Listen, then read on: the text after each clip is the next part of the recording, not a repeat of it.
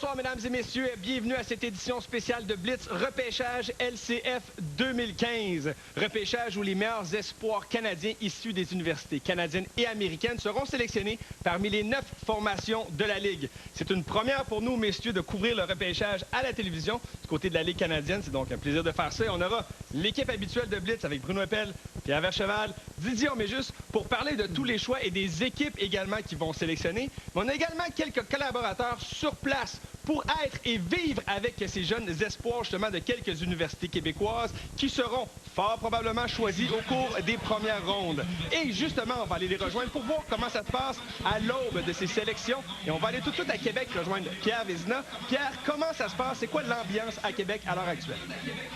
Oui, on se trouve dans un resto-bar de Sainte-Foy, tout près de l'Université Laval. Beaucoup de monde ici, beaucoup d'ambiance. Danny Grou est derrière mon épaule droite. Vous le voyez, je lui ai parlé tout à l'heure. Beaucoup d'excitation dans son cas. Et il a très hâte de voir avec quelle équipe il va aboutir dans la Ligue canadienne de football. On aura l'occasion de lui reparler tout de suite après sa sélection.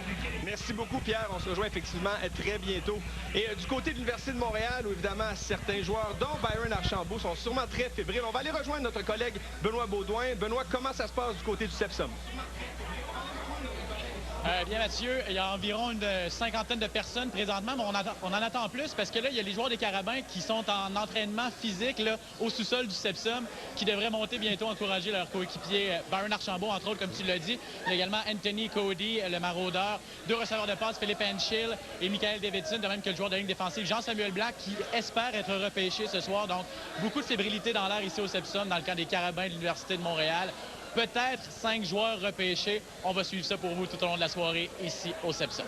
Merci beaucoup, Benoît. On se rejoint très bientôt, évidemment, les champions en titre de la Coupe Vanier qui sont très excités de voir les leurs gravir les rangs professionnels. Messieurs, c'est le temps à vous maintenant de s'exprimer. Qu'est-ce qu'on attend et qu'est-ce qu'on va regarder dans ce repêchage, Bruno? Ben écoute, moi j'ai hâte de voir combien de joueurs de ligne à l'attaque, comme Pierre, vont être repêchés d'affilée dans ce repêchage-là, parce que c'est vraiment la position où il y a le plus de profondeur. Et c'est une demande constante dans la Ligue canadienne de football. Fait qu'on a tous hâte de voir. Là, parce que les 3 premiers choix vont être des joueurs de ligne à l'attaque. Les 4 premiers, à voir. Ça serait pas surprenant, Pierre? Oui, puis pour mettre suite à ça, est-ce qu'il y a des équipes qui vont se voir qu'à un moment donné, quand tu vois les joueurs de ligne qui commencent à partir, si tu repêches 7e, 8e, 9e, 10e, et tu vas est-ce qu'il y a des équipes qui vont tenter d'avancer au repêchage pour aller chercher un de ces joueurs de ligne-là? Ça sera à suivre. Oui. Et Didier, de ton côté? Oui, bien écoute, il y a environ 1 heure de ça, les Alouettes ont complété une transaction. Ils ont envoyé le garde Ryan Bomben au Tiger Cats de Hamilton. Les Alouettes ont 2 choix de première ronde et on n'arrête pas de me demander sur Twitter, est-ce que les Alouettes vont utiliser un de ces choix de première ronde afin de repêcher Byron Archambault des Carabins de l'Université de Montréal? Alors moi, j'ai bien hâte de voir qu'est-ce qui va arriver. Ça serait fort intéressant. Vous voyez justement cette transaction, comme tu as si bien dit, Didier, qui est arrivée il y a 1 heure de ça environ. Donc Ryan Bauman, qui était partant sur la ligne à l'attaque du côté, c'était un garde du côté de l'attaque, a été échangé. Et donc, les Alouettes qui vont chercher un 2e choix de première ronde et également un 24e choix total. Donc ça, c'est toute une acquisition pour eux. C'est quand même une bonne perte. Ryan Bauman, c'était quelqu'un qu'on a développé dans le système, qu'on avait repêché sur les Alouettes et là, il quitte. Vos premières réactions suite à cette transaction-là, messieurs? Bien, moi, ce que je veux dire, c'est bravo aux Alouettes. Tu as dit, ils ont repêché Ryan Bauman, ils l'ont développé. C'est un choix de 4e ronde en 2010. Tu vas chercher un choix de première ronde et un choix de 3e ronde pour Ryan Bauman. Alors bravo, bravo à l'organisation. Ça veut dire que tu as 3 des 13 premiers choix au repêchage pour les Alouettes de Montréal. C'est excellent, ça. Moi, je pense que c'est une très bonne transaction. Oui, puis les Alouettes sont une des rares formations de la Ligue canadienne de football qui est bien nantie à la position sur la ligne à l'attaque en général, en termes de talent canadien. On a un nouveau venu, Philip Blake, qui a séjourné dans la NFL, donc il a beaucoup d'expérience. Il devrait en théorie remplacer Bomben dans la formation partante. Excellent, merci messieurs. On va aller écouter justement le commissaire de la Ligue canadienne avec le mot d'ouverture de ce repêchage 2015. Good evening and welcome.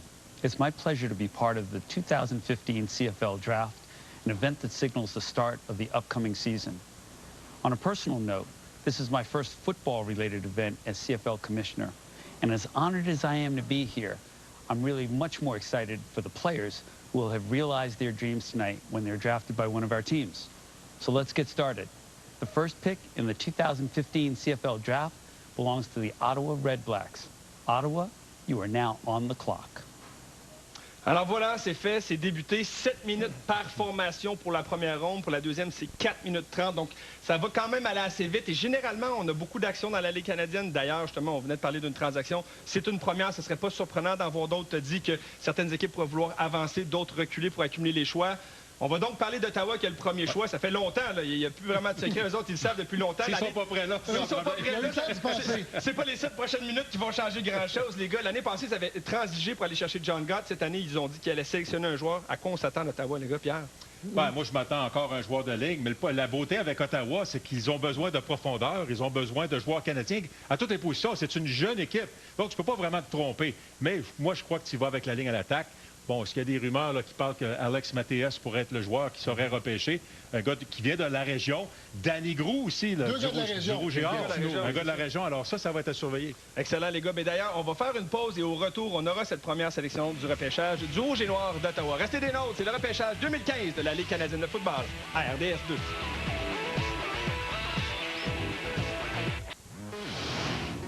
Ce soir, exclusivement, vous pouvez clavarder avec notre allié spécial, Luc Brodeur-Jourdain, qui est en studio avec nous. Il répondra à toutes vos questions qui touchent justement ce repêchage 2015 de la LCF. Alors, il est avec nous. Luc, ça va bien? Très bien, très bien. Ça rappelle des bons souvenirs, le repêchage? Oui. Surtout un temps d'attente dans mon cas. Un temps d'attente qui était long, mais ça a valu le coup, finalement. Oui, ça valait le coup. Je suis encore là. Écoute, j'ai pas le choix de te demander, Luc, c'était un bon ami, ou c'est toujours un bon ami, hein, c'est pas parce qu'il est parti que c'est un bon ami, Ryan Bauman, qui a été transigé à Hamilton. C'était ton co-chambreur, tes premières réactions suite à cette transaction des Alouettes? Initialement, j'ai été choqué du fait que Ryan, c'était quelqu'un qui était là dans le poste pour remplacer Scott Flory. Scott Flory qui a passé de nombreuses saisons avec nous. Puis c'était pas une tâche légère à accomplir de rentrer dans le système et avec tous les chambardements qu'il y a eu au niveau de l'organisation dans la dernière année, dans les 2 dernières années en fait, ça a dû être difficile pour lui. Mais il a su combler la tâche, réussir à effectuer son poste de garde à droite. Puis j'avais pleine confiance en lui. Mais je comprends aussi un peu la transaction des Alouettes aujourd'hui. C'est quand même quelque chose d'aller chercher un choix en première ronde, puis en 3e ronde pour un joueur qu'on a repêché, somme toute, en 4e ronde, mais qui a su démontrer qu'il avait le potentiel de jouer dans la Ligue canadienne. Donc, ça va être intéressant de savoir qui est-ce qu'on va aller chercher pour combler cette perte-là.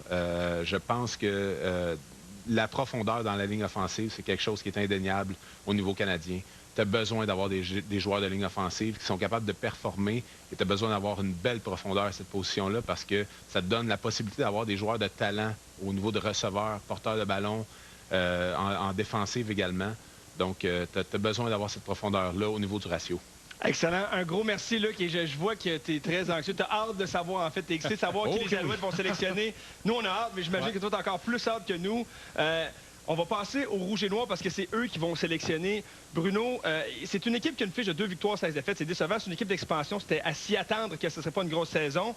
Mais en même temps, c'était pas une déception sur toute l'année. On a quand même vu des belles choses. Ouais, on a vu des belles choses. On a surtout réussi à comprendre qu'il y a quelque chose sur quoi bâtir. Là, je pense à Antoine Pruneau, Capicciari. On a fait un bon repêchage d'expansion avec Patrick Lavoie. Je l'ai à l'attaque quand même. Oui, il faut s'améliorer, mais il y a une base qui est là, solide. Oui, puis c'est ça qu'on disait tantôt. Quand tu es une équipe d'expansion, tu es une jeune équipe, qu'est-ce qui arrive? C'est que sensiblement, là, tous les Canadiens qui ont été mis sous contrat par le Rouge et Noir a été sélectionné, a fait l'équipe. Alors, c'est ça, il faut créer de la profondeur, il faut créer de la compétition. Alors là, avec une 2e année, on amène une 2e vague de joueurs canadiens. Là, il va y avoir des batailles à des postes. Parce que l'an passé, on manquait de Canadiens. Donc, les Canadiens, let's go, tu fais le club. Je ne veux pas manquer de respect, mais c'est un peu la situation. Cette année, c'est pas du tout la même chose. Non, ça, écoute, seulement 2 victoires du Rouge et Noir, mais combien de fois on a vu le Rouge et Noir jouer des matchs qui étaient serrés? On a diffusé la grande majorité de ces parties sur les ondes de RDS2. Ils étaient dans le coup jusqu'au 4e quart, et puis c'est là qu'habituellement que les choses commençaient à mal aller. Mais comme Bruno l'a dit, au moins on a une base. On avait une bonne défense. Donc on a quelque chose sur lequel on peut construire. Excellent. Bien, messieurs, justement, on est prêts pour cette première sélection. Le choix, excusez-moi, dans un instant. Et tu as dit qu'on a quelque chose à bâtir. Si on a besoin de bâtir à quelque part, tu as parlé de l'attaque, c'est du côté de l'attaque qu'on avait des problèmes. Moi, je pense que c'est clair. L'attaque a été le gros problème. Les receveurs de passe l'an passé, on s'entend que c'était l'enfer. On a corrigé le tir dans la saison morte. On était chercher beaucoup de receveurs américains. Sur Napoli, un bon Canadien. On s'attend beaucoup de lui, là. Mais la réalité, c'est que je pense qu'il y a de la place encore au poste de receveur. Puis on l'allait à l'attaque, on tape dessus, mais ça passe par là. Dans les tranchées, c'est sûr que la ligne défensive, ils sont solides. On a des bons partants. Alors, dans la ligne à l'attaque, les tranchées. Un disciple de Jim Pop, Marcel Desjardins. Alors là, le choix est là, messieurs. On écoute. The Ottawa Red Blacks select Alex Mathias, offensive lineman, University of Connecticut. Alors voilà, messieurs, Alex Matthias de Yukon et qui est sélectionné au tout premier rang de ce repêchage 2015. C'est pas vraiment une surprise, les gars. Là, ça s'était ébruité au cours des dernières minutes, la dernière heure. Alex Matthias, qui semble-t-il, est dans le complexe du Rouge et Noir à Ottawa. Un bon choix. Considérant tout ce que vous venez de dire, c'est un bon choix finalement pour le Rouge et Noir. En plus, c'est un gars du coin. Ouais. C'est un gars de la région d'Ottawa. C'est un capitaine de son équipe à Yukon. Moi, je pense que c'était écrit dans le ciel. On y allait pour un gars de la région parce qu'il y avait deux très bons joueurs de ligne à l'attaque de ce coin-là. Danny Gros et lui, on a opté pour celui de... Ouais, c'est un gars du côté d'Ontario. C'est un gars qui n'a pas juste été dans une université américaine, il a joué là aussi. Parce qu'il faut faire attention des fois. Là. Alors, il a été partant pendant 300, il y a trois saisons, pardon. Beaucoup de vécu, beaucoup d'expérience. Alors, ça, c'est un excellent jeu de pied, on vient de le voir. Non, mais je crois que le point que Pierre vient d'apporter est vraiment important. Le fait qu'il a été un joueur partant à l'université Yukon. Parce qu'en termes de vitesse, entre jouer Division 1 et la Ligue canadienne, la vitesse n'est pas une si grande différence que ça. Je parle au point de vue de la Ligue. Alors, à cause de ça, comparativement à un Danny Gros, qui vient des rangs universitaires canadiens, j'imagine, la transition sera peut-être, plus difficile. Alors, en allant chercher Matthias, on va chercher un joueur qui, selon moi, possiblement, pourrait jouer dans la formation partante dès cette année. Un gars d'intérieur. Ouais. Danny Gros, je t'avoue que j'ai un petit faible pour lui parce que c'est un gars qui a du chien dans le nez. J'ai l'impression qu'il ne prendra pas longtemps. Puis il y a la valeur peut-être supplémentaire qu'éventuellement, il pourrait jouer bloqueur, Danny Gros. Matthias, c'est un gars d'intérieur, centre garde.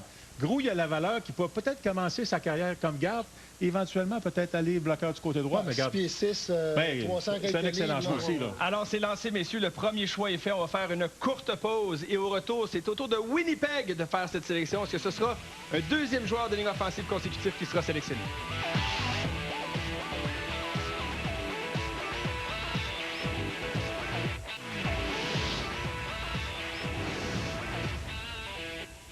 Nous sommes rendus au deuxième choix de ce repêchage 2015 à Ligue canadienne. Le Rouge et Noir qui vient de sélectionner un joueur de ligne à l'attaque. C'est maintenant au tour des Blue Bombers de Winnipeg. Et messieurs, quand je regarde les chiffres chez les Blue Bombers de Winnipeg, il y a un chiffre qui me saute aux yeux. C'est qu'ils ont actuellement sur leur alignement seulement 7 joueurs repêchés par l'équipe. En moyenne, les formations ont probablement entre 15 et 20. Eux, c'est 7. Sur 27, oui. Beaucoup de problèmes, justement, à repêcher. Beaucoup d'erreurs par le passé. C'est quelque chose qu'il faut corriger, Didier. Oui, on ne peut plus blâmer Joe Mack, l'ancien directeur général à Winnipeg. On le blâmait avec raison. Tous les problèmes ne semblaient pas avoir un bon œil afin de trouver du talent canadien. Mais là, Joe Mack, ça fait 2 ans qu'il n'est plus là. Donc là, on se doit de commencer à bien reconstruire. Là. Du côté des Bombers, on avait bien commencé la saison régulière avec le carrière Drew Willie, tout allait bien. Et puis ensuite de ça, c'est complètement écroulé. Ça, c'est une autre équipe qui, au sein de la ligne à l'attaque, je crois, a besoin d'aide. Drew Willie a été le carrière qui a été victime du plus grand nombre de sacs du quart la saison dernière. 67 sacs, 71 sacs. Mais t'aimes pas Joe Mack, Didier? Ça n'existe pas. Il y a plus. Quand je regarde les choix de première ronde et les choix de deuxième ronde des Bombers, il n'y a pas un choix à Joe Mack qui est dans la formation présentement. Tu vois, comme je disais, on ne peut plus le blâmer. Là. Mais on rebâtit. Joe Mack, il n'avait pas compris que c'est avec les Canadiens que tu gagnes. C'est eux qui font toute la différence. Ouais, effectivement. Et c'est là il y a des problèmes, beaucoup de problèmes à repêcher des joueurs de talent. On allait un peu n'importe où. On n'avait pas de philosophie de repêchage du côté de Joe Mack. Là, avec l'état-major des Blue Bombers, Carl Walter, joueur canadien qui a joué dans la Ligue, Mike O'Shea, joueur canadien qui a joué dans la Ligue, ils comprennent l'importance. Président canadien aussi. Oui. Alors, beaucoup de ressources ont été mises pour, justement, améliorer le dépistage, le recrutement et tout ça. Là. Il y a deux. Quand tu regardes ça, honnêtement, puis oui, tu veux rebâtir, puis quand tu veux rebâtir, tu n'as pas le choix. Là. Et j'ai hâte de voir de quelle direction on va aller, mais il faut que tu rebâtisses par les lignes. C'est la ligne à l'attaque, la ligne défensive, c'est des endroits. Oui, tu as besoin de profondeur partout, là, à Winnipeg, là, on s'entend, là. On n'a pas beaucoup de bons Canadiens, mais si tu es pour partir à quelque part, selon moi, ça commence par protéger ton corps arrière. Ça, c'est la première place où tu dois mettre ton énergie. Puis on vient de lui donner un gros contrat également à Drew Willie, donc on se doit de protéger notre investissement du côté des Bombers, c'est juste logique. On a été très actifs sur le marché des joueurs autonomes du côté de Winnipeg. Et également, on est allé chercher quelques joueurs canadiens qu'on a mis sous contrat. D'ailleurs, on a un tableau qui vous présente quelques-unes de ces transactions pendant la saison morte du côté des Blue Bombers. Parce que Dominique Picard fait un retour, lui, du côté de Winnipeg après un passage à Toronto, à Saskatchewan, revient. Donc, un centre partant dominant de ce côté-là. Stanley Bryan, qui était une grosse acquisition du côté des Stampeders de Calgary, rajoute solidité du côté de la ligne à l'attaque également. Quelques départs, mais vraiment rien de majeur à signaler. Mark Dahl, du côté de la ligne à l'attaque, encore une fois. Donc, 3 jours de ligne à l'attaque qui peuvent avoir un impact immédiat. Faut pas oublier Jamal Westerman. Jamal Westerman, les gars, c'est le frère là, des 3 frères Westerman qui ont eu un dé de passage. 6 saisons dans la NFL, 58 matchs, 62 plaqués, 6 sacs du corps. Un gars qui a d'avoir un impact dès le début. C'est âgé de 30 ans, toutefois. Oui, tout à fait, mais il peut avoir un gros impact dès cette année, ça c'est important. S'il arrive avec une bonne attitude, puis qui respecte la Ligue canadienne et qui comprend que la Ligue canadienne, c'est pas la NFL, il débarque pas avec ses gros sabots, ça pourrait être comme un choix de première ronde pour les Bombers, là, cette sélection-là. Ouais. Alors, c'est bon pour les Bombers. Ils sont très actifs. Dominique Picard, les deux bloqueurs américains. On pourrait vraiment solidifier ça. Quand tu parles d'attitude, d'amener une attitude, puis ça, c'est le genre de gars à main coachée, là. Moi, je m'excuse, mais tu le veux dans ton équipe. Tu le veux ton bar. C'est un capitaine. C'est un gars qui amène une attitude à l'attaque, souvent. Et ça, c'est rare. Tu sais, il y a une attitude défensive un peu. Il est nasty. Puis moi, j'aime ça. On écoute le commissaire avec le deuxième choix au repêchage, celui des Blue Bombers de Winnipeg. Pick of the 2015 CFL Draft, the Winnipeg Blue Bombers select Suk Chung, offensive lineman, University of Calgary. Bon, alors, messieurs, une autre...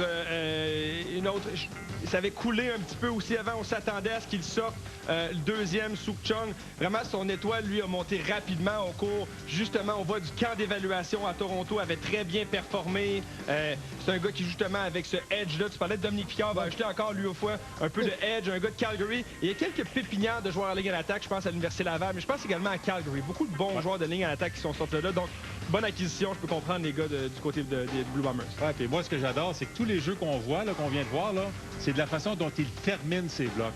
Tu sais, quand il est nasty, là. Tu sais, c'est pour ça que je parlais tantôt aussi de Danny Gou. C'est un gars qui finit ses blocs. C'est un gars qui veut imposer son attitude, qui joue comme s'il était jamais de bonne humeur, et qui termine ses blocs. Alors ça, c'est excellent. Là. Ça t'en prend des mêmes sur ta ligne. Côté de Dominique Picard, là, ça va faire tout un duo pour les plaqueurs.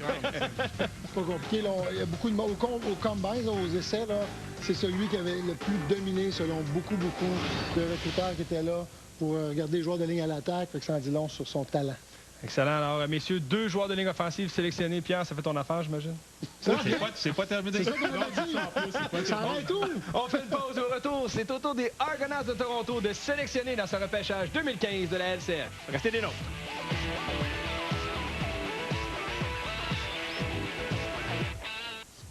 Le repêchage se poursuit. Plusieurs joueurs fébriles, dont Byron Archambault des Carabins de l'Université de Montréal, qui a bien hâte d'entendre son nom sélectionné. Messieurs, c'est maintenant au tour des Argonauts de Toronto de sélectionner. On a parlé de joueurs de ligne à l'attaque. On sait qu'il y a beaucoup de profondeur, beaucoup de talent au poste de ligne à l'attaque. Les Argonauts de Toronto, c'est une équipe qui joue avec 4 joueurs de ligne à l'attaque, donc ce ne serait pas une mauvaise chose d'ajouter de la profondeur. Pierre, t'entendais que Toronto serait intéressé à un certain joueur et ça serait une surprise, je pense. Oui, mais on parle beaucoup chez les bloqueurs de Danny Gros du côté du Rouge et Or, mais aussi, il ne faut pas oublier Carl Lavoie. Carl Lavoie n'a pas été au camp d'évaluation en raison d'une blessure à la cuisse, mais a très bien fait, a été évalué pendant le East-West Bowl, a été excellent pendant les tests. Et apparemment, Toronto a bien aimé son travail. Alors là, il faut faire attention. On parle beaucoup de Danny Gros avec justesse. Il y a Carl Lavoie qui est un des joueurs dans le repêchage qui semble faire une montée fulgurante. Ouais, ça va être à surveiller. Il pourrait surprendre. Il y a une chose qui est sûre, là. Les Argonauts vont aller avec un joueur de ligne à l'attaque, puis ça serait probablement un gars de Laval, parce que tu as 6 joueurs de ligne canadiens seulement, tu en as 2 qui sont au-dessus de 30 ans, là, du côté des Argonauts de Toronto. Donc, si tu veux partir 4 joueurs de ligne canadiens, à un moment donné, tu n'as pas le choix d'en repêcher cette année. Là. Non, absolument. Puis je crois qu'on pourrait avoir notre premier Québécois à être sélectionné, soit Lavoie ou soit Danny Gros. Danny Gros est le 5e meilleur espoir du repêcheur. Enfin, on peut dire le 4e, puisque l'espoir numéro 1, Christian Covington, a été un choix de 6e ronde dans la NFL par les Texans de Houston. Donc, il faut parier que le premier Québécois devrait être sélectionné par les Argonauts de Toronto. Et ça, c'est intéressant. On va en parler un petit peu d'idée, justement, parce que pour les gens qui nous écoutent, des fois, on se dit, OK, ben là, comment on gère ça? OK, on a des joueurs qui partent pour la NFL, des joueurs qui sont mis sous contrat, des joueurs qui sont allés dans des mini-camps. D'ailleurs, Danny Gou, plusieurs joueurs, il y avait 10 ou 11 joueurs canadiens qui étaient invités au mini-camp des Giants la semaine dernière. Personne n'a signé de contrat, mais quand il y a de l'intérêt pour la NFL, qu'est-ce que ça fait justement à la valeur de ces joueurs au sein du repêchage de la Ligue canadienne? Bien, écoute, heureusement, on a changé les règlements et heureusement que le mini-camp des recrues a eu lieu avant le repêchage. Comme tu as mentionné, aucun de ces joueurs-là est en mesure de décrocher un contrat, ce qui fait en sorte qu'ils vont jouer professionnellement dans les rangs de la Ligue canadienne de football. Donc, ils n'ont pas perdu de valeur. Mais toutefois, pour un joueur comme Christian Covington, qui a été repêché en 6e ronde par les Texans de Houston et qui semble a connu un bon mini-camp des recrues, mais lui, naturellement, même s'il est de loin le meilleur joueur disponible au repêchage, ne sera pas repêché probablement pas avant la 3e, 4e ronde. Ça a été la même chose. L'année dernière, voilà. Varga, Boyko, des gars qui sont... Oui, mais ça, ce que j'allais dire maintenant, il faut regarder les équipes. C'est excellent ton exemple de Laurent Duvernay-Tardif avec Calgary, parce que Calgary, cette année, ont 8 choix. Il y en a 3 en 3e ronde. Alors, c'est à partir de la 3e ronde, tu as 3 choix en 3e ronde. Prends une chance. Prends une chance. Il passera quelques années dans la NFL. C'est pas grave. Je peux me permettre de prendre cette chance-là. J'ai ce luxe-là. Alors, tu sais, les Calgary là, qui a gagné la Coupe Grey, je regarde leur repêchage pour avoir un excellent repêchage et prendre des chances sur des gars qui, dans le futur, pourraient arriver. Le maître à ça. Les Alouettes ont 2 choix de 3e ronde à la suite de la transaction de Ryan Bombin. Donc, ils sont en position peut-être. Ce serait intéressant. Peut-être que c'est ce qu'on disait. On l'a fait avec Von Martin à l'époque. On l'a fait avec, pas plus tard que l'année dernière, les gars. David Foucault était repêché en première ronde par les Alouettes. Il a passé la saison entière avec les Panthers de Caroline. Et c'est pas demain matin qu'il sera ici. Alors, ça va être intéressant de suivre également ce dossier-là. Oui, vas-y. Moi, je veux dire pour Toronto, moi aussi, je suis d'accord, ce serait un joueur de ligne à l'attaque. C'est sûr qu'on a besoin de receveurs canadiens. C'est c'est trop tôt pour aller chercher un receveur canadien à la 3e sélection du repêchage en première ronde. Mais ça aussi, là, quand on regarde, ils ont perdu Spencer Watt. Ils ont besoin de joueurs canadiens là, à la position de receveur. Drury ne rajeunit pas non plus. Drury ne rajeunit pas, mais c'est intéressant parce que Toronto, c'est une des rares équipes qui joue des joueurs, on dit des joueurs athlètes là, à des positions clés. Porteur de ballon, receveur, ça va être intéressant à suivre. Mais, avant de parler de ça, messieurs, le commissaire est prêt à nous dévoiler justement ce choix des Argonauts de Toronto. On l'écoute. With the 3rd pick of the 2015 CFL Draft, the Toronto Argonauts select Sean McEwen, offensive lineman, University of Calgary. Montreal, you're now on the clock. Oh, messieurs, c'est intéressant. Et là, on va parler de Toronto dans une seconde, mais c'est intéressant pour les joueurs québécois parce que tous les joueurs québécois sont maintenant disponibles pour les Alouettes. Et je sais qu'on a bien la fibre patriotique ici. On aime ça avoir des joueurs québécois. Chez nous, on est tous issus, on vient de ce coin-là. Alors, ça nous intéresse. Mais bon, bonne sélection quand même pour Ottawa. Sean McEwen qui a gravi les échelons lui aussi. Ça est un autre qui a impressionné au cours des derniers mois. Si je comprends bien, les Argos n'ont pas cru au bluff de Sean McEwen qui a annoncé ses couleurs. Il a dit, écoutez, je veux juste vous dire que probablement que je vais retourner à l'école. Il y a de fortes chances que je retourne à l'école terminer mes études. Pourquoi que Toronto c'est pas grave, pas grave, ou peut-être que donc. Lui ont parlé. C'est un centre pur, là. Il faut le dire. C'est un gars qui a joué toute sa carrière comme joueur de centre. Et probablement que c'est là qu'on le voit. On parlait tantôt des Argonauts, un gars de 33 ans qui peigne au centre. Ouais. Dans 2 ans, si on a besoin de ce bonhomme-là, il va être prêt à McEwen. Non, exactement. Donc, on n'en a pas besoin tout de suite. Alors, peut-être qu'on se dit, c'est beau, retourne terminer tes études. De toute façon, on va avoir besoin de tes services dans 2 ans. Et puis là, mine de rien, on disait à quel point l'Université de Calgary est une usine en termes de joueurs de ligne à l'attaque. C'est déjà le 2e joueur de ligne à l'attaque consécutif sélectionné des Dinos. On n'a pas un joueur sur le plateau ici, là, qui a fait le camp des Alouettes et qui est tourné à l'école et qui est revenu par la suite. Puis qui est quand même un pas pire joueur aussi, un certain centre des Alouettes. Luc Brodeur-Jourdain. Peut-être qu'on pourrait parler au retour de la pause parce que justement, ce sont les Alouettes qui seront les prochains à sélectionner. On est tous curieux de voir qu'est-ce que notre équipe québécoise fera avec son 4e choix total au repêchage.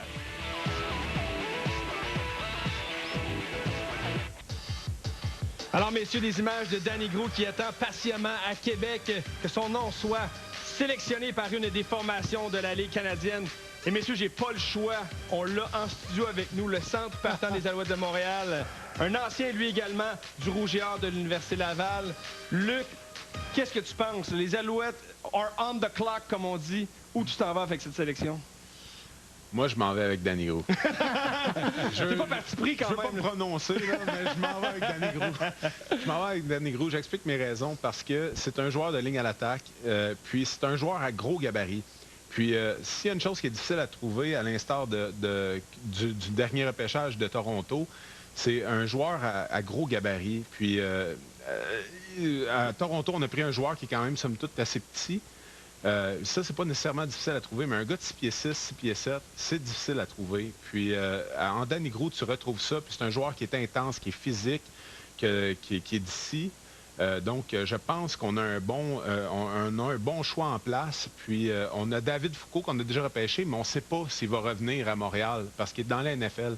Puis, on lui souhaite la meilleure des chances dans la NFL. S'il peut rester là et faire de nombreuses années, on lui souhaite. Absolument. Et messieurs, si vous permettez, on va jeter un coup d'œil à un tableau de où les Alouettes jouent leurs partants nationaux. Parce qu'on sait que chaque formation doit avoir 7 joueurs nationaux, donc canadiens partants.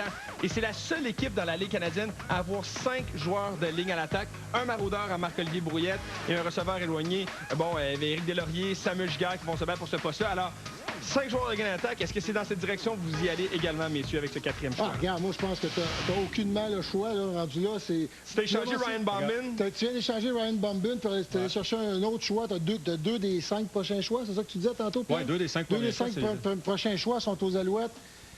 Tu y vas avec un joueur de ligne à l'attaque. La seule chose que je mentionnerais, c'est lui qui prévenait, puis je veux pas faire... je veux pas cacher le party. Jacob Ruby, c'est pas un gars qui est à oublier non plus. Ouais, un très bon joueur de ligne à l'attaque. Oui, parce que Luc parlait de grand gabarit. Oui, c'en est un, ça. C'en est un qui a le gabarit de Josh Burke. C'est ça. Jacob Ruby, là, c'est le même gabarit que Josh Burke. Mais c'est clair. Puis c'est pour le futur. Puis Jim Pop nous a toujours sorti le même discours depuis des années. Je choisis le meilleur joueur disponible, peu importe la position. Mais les meilleurs joueurs disponibles présentement encore sur la liste, c'est des joueurs de ligne à l'attaque. Ouais, et comme on l'a fait avec Ryan Bombin, comme tu avais mentionné en début d'émission, qui avait été un choix de 4e ronde, les joueurs de ligne à l'attaque canadiens, s'ils sont bons, s'ils sont des joueurs partants, ont toujours une valeur. Alors, si on repêche un joueur, que ce soit un Danny Gros, un Carl Lavoie, peu importe, on le met sur l'équipe d'entraînement, l'année prochaine ou dans 2 ans, on peut changer un autre joueur, insérer ce joueur-là dans la formation partante, comme on vient de le faire avec la transaction de Ryan Bombin. Donc, peu importe, on sort gagnant sur moi en sélectionnant un joueur de ligne à l'attaque. Parce qu'il ne faut pas oublier, là, c'est Philip Blake aussi là, qui va remplacer Bombin. On n'a pas créé un trou qu'on n'est pas capable de remplacer du côté des Alouettes. Présentement, on a un gars qui est là, qui est capable on cherche probablement un 6e joueur de ligne à l'attaque qui peut jouer comme 6e cette année, éventuellement se développer pour prendre la place d'un partant. Et qui ne coûtera pas trop cher. Ça, c'est parce que Bombin, s'il perdait sa place à Philip Blake, je pense que le salaire de Bombin commençait à être pas mal trop pour un gars de 6e, pour un allié rapproché. Et c'est toujours une considération à avoir, justement, lorsqu'on veut rajeunir. Absolument. Messieurs, le choix tant attendu des Alouettes, on écoute le commissaire. With the 4th pick of the 2015 CFL Draft, the Montreal Alouettes select Chris Aki. Defensive back, Wilfrid Laurier University. BC, you are now on the clock. OK, là, on est surpris. On peut l'admettre, les gars. Est-ce que c'est parce qu'on est parti pris ou est-ce que c'est parce que c'est le choix logique qu'on vient de voir? Je sais pas. Chris Aki a gravi les échelons. C'en est un autre qui, au cas d'évaluation, a vraiment fort impressionné. Probablement le meilleur joueur défensif disponible, on dit. On dit même le meilleur joueur, autre qu'un joueur de ligne à l'attaque disponible. Il peut jouer partout sur le terrain. C'est un gars qui peut jouer maraudeur, secondaire, peut jouer contribuer sur une unité spéciale. Quand même une surprise d'avoir cherché Chris Aki alors qu'on a plusieurs joueurs de ligne à l'attaque disponibles. Oui, non, exactement. C'est un excellent joueur, très polyvalent. C'est une bête. C'est très athlétique. Tout ce que tu recherches. Il peut jouer secondaire extérieur. Il peut jouer dans la tertiaire. Est-ce que c'est un futur maraudeur? Oui, exactement. Marc-Olivier Brouillette, on ne sait pas pendant combien d'années il va encore jouer. Mike Edom, qui réchauffe le banc, là, il devient joueur autonome l'an prochain. Est-ce qu'on perd Mike Edom? On l'a déjà remplacé en Chris Aki. C'est tout ça aussi qu'il faut regarder. Il faut regarder le portrait global. On parlait des salaires. Il faut aussi regarder dans quelques années qui va quitter, qui va prendre sa retraite. Puis Marc-Olivier Brouillette a été blessé aussi. Souvent, quand même, c'est notre partant. Il joue très bien lorsqu'il est en santé, mais il a manqué beaucoup de matchs depuis le début de sa carrière. Donc, tu as peut-être là un gars qui va être prêt à prendre la place parce que Mike Edom n'a pas tellement bien joué lorsqu'il a remplacé Marc-Olivier Brouillette. Écoute, Pierre l'avait dit, Jim Pop va sélectionner le meilleur joueur disponible selon lui. Il l'a fait. Mais tu as parlé de la performance de Chris Aki lors du camp d'évaluation à Toronto. J'y étais et on entendait son nom être souvent mentionné au cours de ce week-end-là. Il avait vraiment fortement impressionné. La dernière fois, messieurs, qu'on a été surpris comme ça en première ronde des Alouettes, je me souviens, c'était un certain Shea Emery. Il n'avait pas déçu, lui, dans sa carrière. Oui. Alors, ça va être fort impressionnant de voir le développement du jeune Chris Aki, joueur sélectionné par les Alouettes au 4e rang total de ce repêchage 2015. On fait une courte pause et au retour, ce sont les Lions de la Colombie-Britannique qui auront à sélectionner leur futur joueur vedette.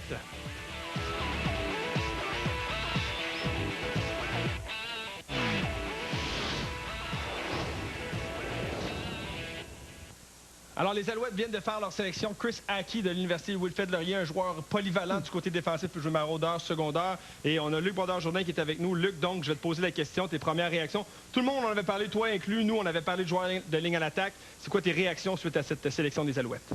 Initialement surpris, mais je vais comprendre au travers le choix qu'on a confiance en la profondeur actuelle des Alouettes au niveau de la ligne offensive. Ouais. La ligne à l'attaque. Si on n'a pas sélectionné Danny Grou, c'est qu'on pense qu'on a la profondeur actuellement pour résister aux blessures ou autres. Ou sinon, on joue le gambling d'aller plus loin dans le repêchage et de pouvoir en sélectionner un. Plus tard. Excellent. Merci, Luc. C'est effectivement le cas, les gars. Je pense que c'est ce qu'on peut dire. Là. Ben, moi, je pense qu'on va aller chercher. Il reste quand même pas mal de bons joueurs à l'attaque. Parce que l'an passé, il faut se dire les choses telles qu'elles sont. Là, quand il y a eu des blessures sur la ligne à l'attaque, on se rendait compte qu'il n'y a pas autant de profondeur qu'on pensait. Fait que moi, je pense qu'il faut absolument aller chercher un joueur de l'attaque dans mais je pense que on prend le pari qu'au 8e choix, il va encore avoir un excellent. Parce que des fois, tu peux dire, regarde, nous autres, il y en a 4 qu'on aime beaucoup. Fait qu'on va espérer qu'il y en a un des 4 qui va être encore disponible. Des fois, tu fais ton scénario. Mais tu sais, Chris Hackey, c'est pas un mauvais choix. Il y en a qui le comparent à Antoine Pruneau. C'est un gars polyvalent. C'est un gars qui va sûrement aider les Alouettes sur les unités spéciales. Ça, c'est clair. Avec son gabarit, il est explosif. C'est une bête, là. Fait que déjà là, sur les unités spéciales, il va... sur le terrain en défensif avant longtemps, là.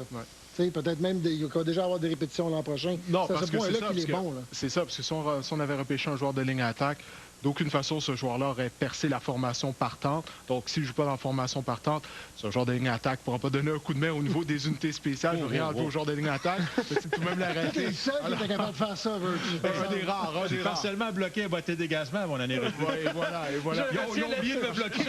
Je retiens le terme partiellement bloqué. Non bloqué. Hey, les gars, là, c'est les Lions de la Colombie-Britannique qui sont les prochains à sélectionner. C'est une équipe qui a fini 9 victoires, 9 défaites l'année dernière. On a fait beaucoup de transactions intéressantes. On a cherché un demi-coin, Chris Rabukamba. On est allé chercher Austin Collie, receveur de la NFL. À quoi on s'attend d'eux autres là, dans ce repêchage dans la saison qui s'en vient? Bon, on sort la cassette, Pruneau. On a besoin de joueurs de ligne. Non, mais sérieusement, c'est vraiment là. Moi, je me dis, dans les tranchées. Je m'étais mis une note. J'ai dit, c'est dans les tranchées, que ce soit ligne à l'attaque, ligne défensive. On a besoin de profondeur. Du côté de la ligne à l'attaque, c'est clair pour moi, parce que à part Matt Norman, Hunter Stewart a été blessé. Il a du beau potentiel. Dean Valley est souvent blessé. Kirby Fabian, c'est un excellent joueur, souvent blessé. Alors, on a des gros points d'interrogation. Puis la ligne à l'attaque, c'était un gros problème. Pendant toute la saison. Combien de fois que notre ami Travis Lowley s'est fait ramasser, s'est fait frapper? Alors, tu sais... Puis on veut en ajouter une position canadienne sur la ligne à l'attaque du côté des Lions. C'est pas caché de ça à Vancouver. Donc, si tu veux ajouter une position, tu n'as pas le choix d'ajouter de la profondeur en arrière. Ça, c'est clair. Et justement, on voit Wally Bono et son organisation qui sont dans leur War Room, qui se préparent à faire cette sélection. J'imagine qu'on est prêts. Les gars, si vous permettez, on va aller voir où ils ont des Canadiens partant, en fait, les Lions de la Colombie-Britannique, parce que tu viens de dire, justement, on va acheter un joueur de ligne à l'attaque comme partant. C'est intéressant, ça, parce qu'à l'heure actuelle, on en a seulement 3. On joue avec des bloqueurs américains. 2 receveurs éloignés, mais on a échangé Junior Sédou Aïdara, joueur de ligne défensive, maraudeur. Et voyons voir ce que les Lions de la Colombie-Britannique nous réservent.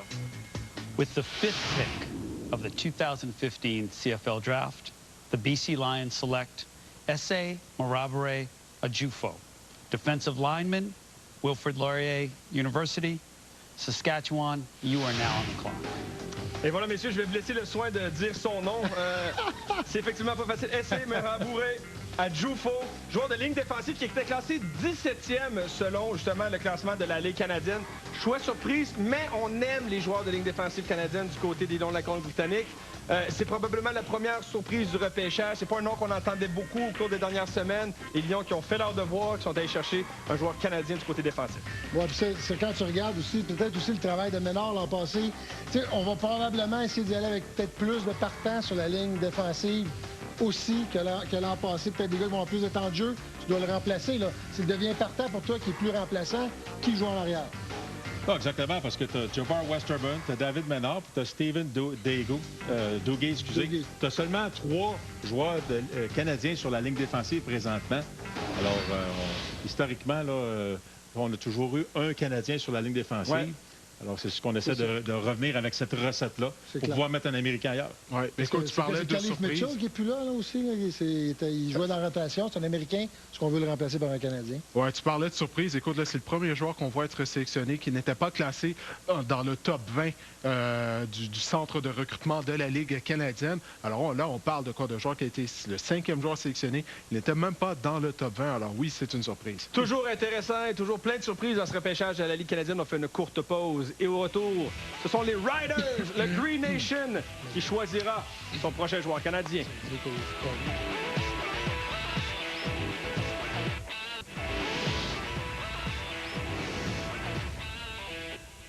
De retour à cette émission spéciale de Blitz Repêchage 2015 de la Ligue canadienne de football. Messieurs, ce sont les Rough Riders de la Saskatchewan qui doivent maintenant offrir leur sélection. Et un nom qui est revenu souvent associé à cette équipe, c'était celui de Byron Archambault. Parce que on est allé transiger pour aller chercher chez Emery au cours de la saison morte. On veut donc jouer avec un secondaire intérieur canadien. Est-ce que c'est une possibilité? Bien, moi, je pense que tu te dois de considérer ça. Il y a d'autres besoins du côté des Riders. Je vais laisser Pierre en parler un peu plus tard. Mais c'est clair que Byron Archambault devient une option, là. Parce qu'il était... on disait peut-être au 7e choix avec les Riders, 8e par la suite. C'est là où on qualifiait qu'il pouvait potentiellement être repêché.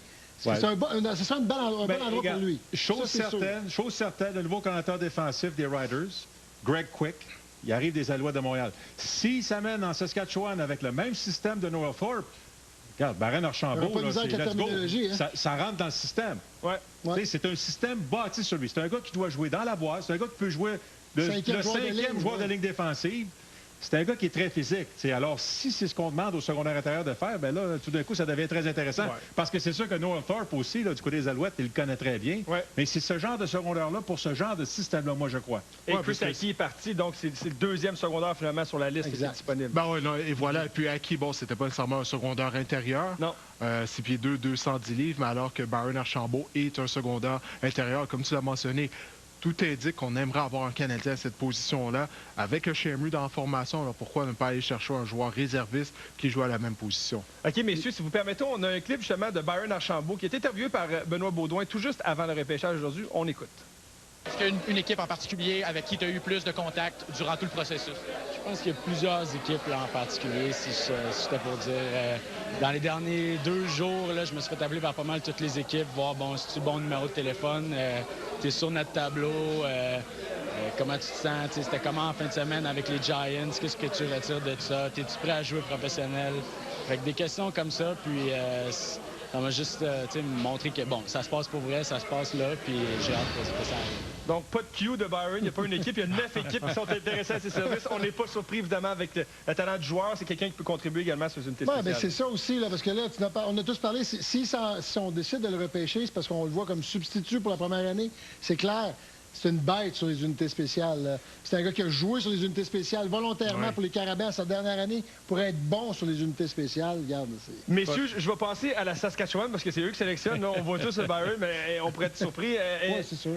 On fait des suppositions, on s'amuse, évidemment. Ben oui. Messieurs, on a perdu Dominique Picard, on a perdu Ben Heenan qui est maintenant dans la NFL. Et tu es en train de me dire que la Ligue encore? On part la cassette, mais c'est une bonne cassette parce qu'il reste encore des bons joueurs de ligne à l'attaque et on a des besoins à combler. Absolument. Puis du côté de la ligne défensive, est-ce qu'un gars comme Darryl Watt de l'Université Western devient peut-être un choix parce qu'on n'a pas beaucoup de joueurs de ligne défensive maintenant.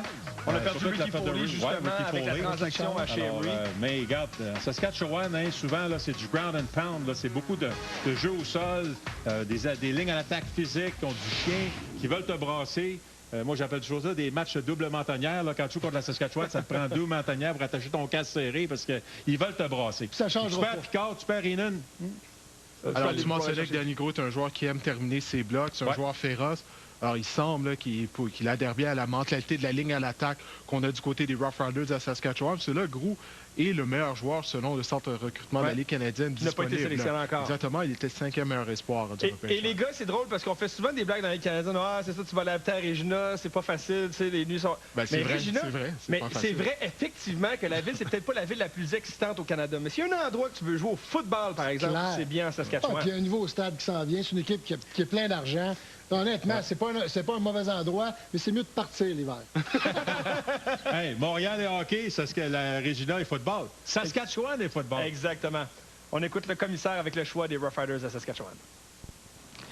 With the 6th pick of the 2015 CFL Draft, the Saskatchewan Roughriders select Nick Demski, receiver, University of Manitoba. Edmonton, you're now on the clock. Bon, alors, receveur de passe tout étoile des Bisons de l'Université du Manitoba, Nick Demski, qui a joué d'ailleurs contre les Carabins de l'Université de Montréal ici en demi-finale l'année dernière. Un joueur très dynamique, très explosif.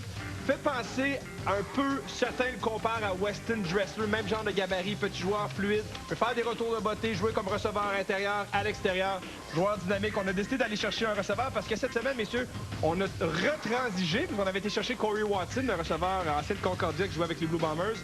Lui est parti à Edmonton, on avait donc un besoin complet. On aime beaucoup jouer avec des receveurs canadiens. On l'a toujours fait, on l'a longtemps fait avec 3 receveurs canadiens. Et là, si tu as l'intention de retourner vers cette formule-là, ben il faut que... On l'a mentionné d'ailleurs en début, on n'a pas vraiment énormément de profondeur. Même avec Corey Watson, tu avais seulement 4 receveurs canadiens. Rob Bagg est vieilli. Malheureusement, il a souvent eu des blessures. 2 blessures au croisé. Chris Getzlaff ne rajeunit pas lui non plus. Non, et puis là, on va chercher un joueur rapide qui a réussi un chrono de 4 secondes et 56 centièmes au camp d'évaluation. Donc ça met une dimension que Getzlaff, que Rob Bagg, qui sont des Canadiens, n'ont pas en raison des blessures, comme on vient de le mentionner. Excellent. Merci, messieurs. On fait une pause et au retour, c'était au... j'allais dire les Oilers. Et là, les Eskimos d'Edmonton de faire leur sélection. De retour dans un instant.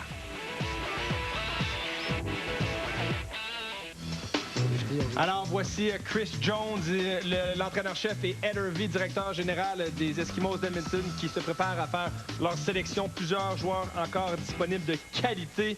Messieurs, on aime beaucoup les receveurs canadiens, mais on a encore besoin de joueurs, et on va le répéter parce que c'est vraiment le thème commun de ce repêchage, beaucoup de profondeur au poste de joueurs de ligne à l'attaque. On a également besoin de joueurs de ligne à l'attaque. Qu'est-ce qu'on s'attend du côté d'Edmonton, messieurs? Pierre? Écoute, moi, je leur avais donné Chris Hackey. Les Alouettes, là, ils ont fait une jambette. Ils m'ont fait une jambette, ils en ont fait une aux Eskimos d'Edmonton. Pourquoi je disais ça? Parce qu'ils ont seulement un secondeur canadien sur l'alignement présentement des Eskimos d'Edmonton. Oui. Chris Jones, c'est un gourou de la défensive. Je me dis, Chris Hackey, ça va être un beau jouet pour Chris Jones. Là, les Alouettes m'ont fait cette jambette-là. Évidemment, on a beaucoup de receveurs chez les Canadiens. On a des bons plaqueurs canadiens. Alors, qu'est-ce que ça veut dire? Moi, je m'en reviens vers la ligne à l'attaque, là. Ouais. Alors, tu sais, ça va être à suivre. On a perdu Matt O'Donnell, qui est parti faire un essai avec les Bengals. Oui, on est allé chercher quelques joueurs pendant la saison morte, mais c'est des gars de transition, là. C'est pas des joueurs d'impact qui vont te donner 10 ans de football. Bien, c'est à suivre, là. Ouais. On est un petit peu ébranlé, là, voilà.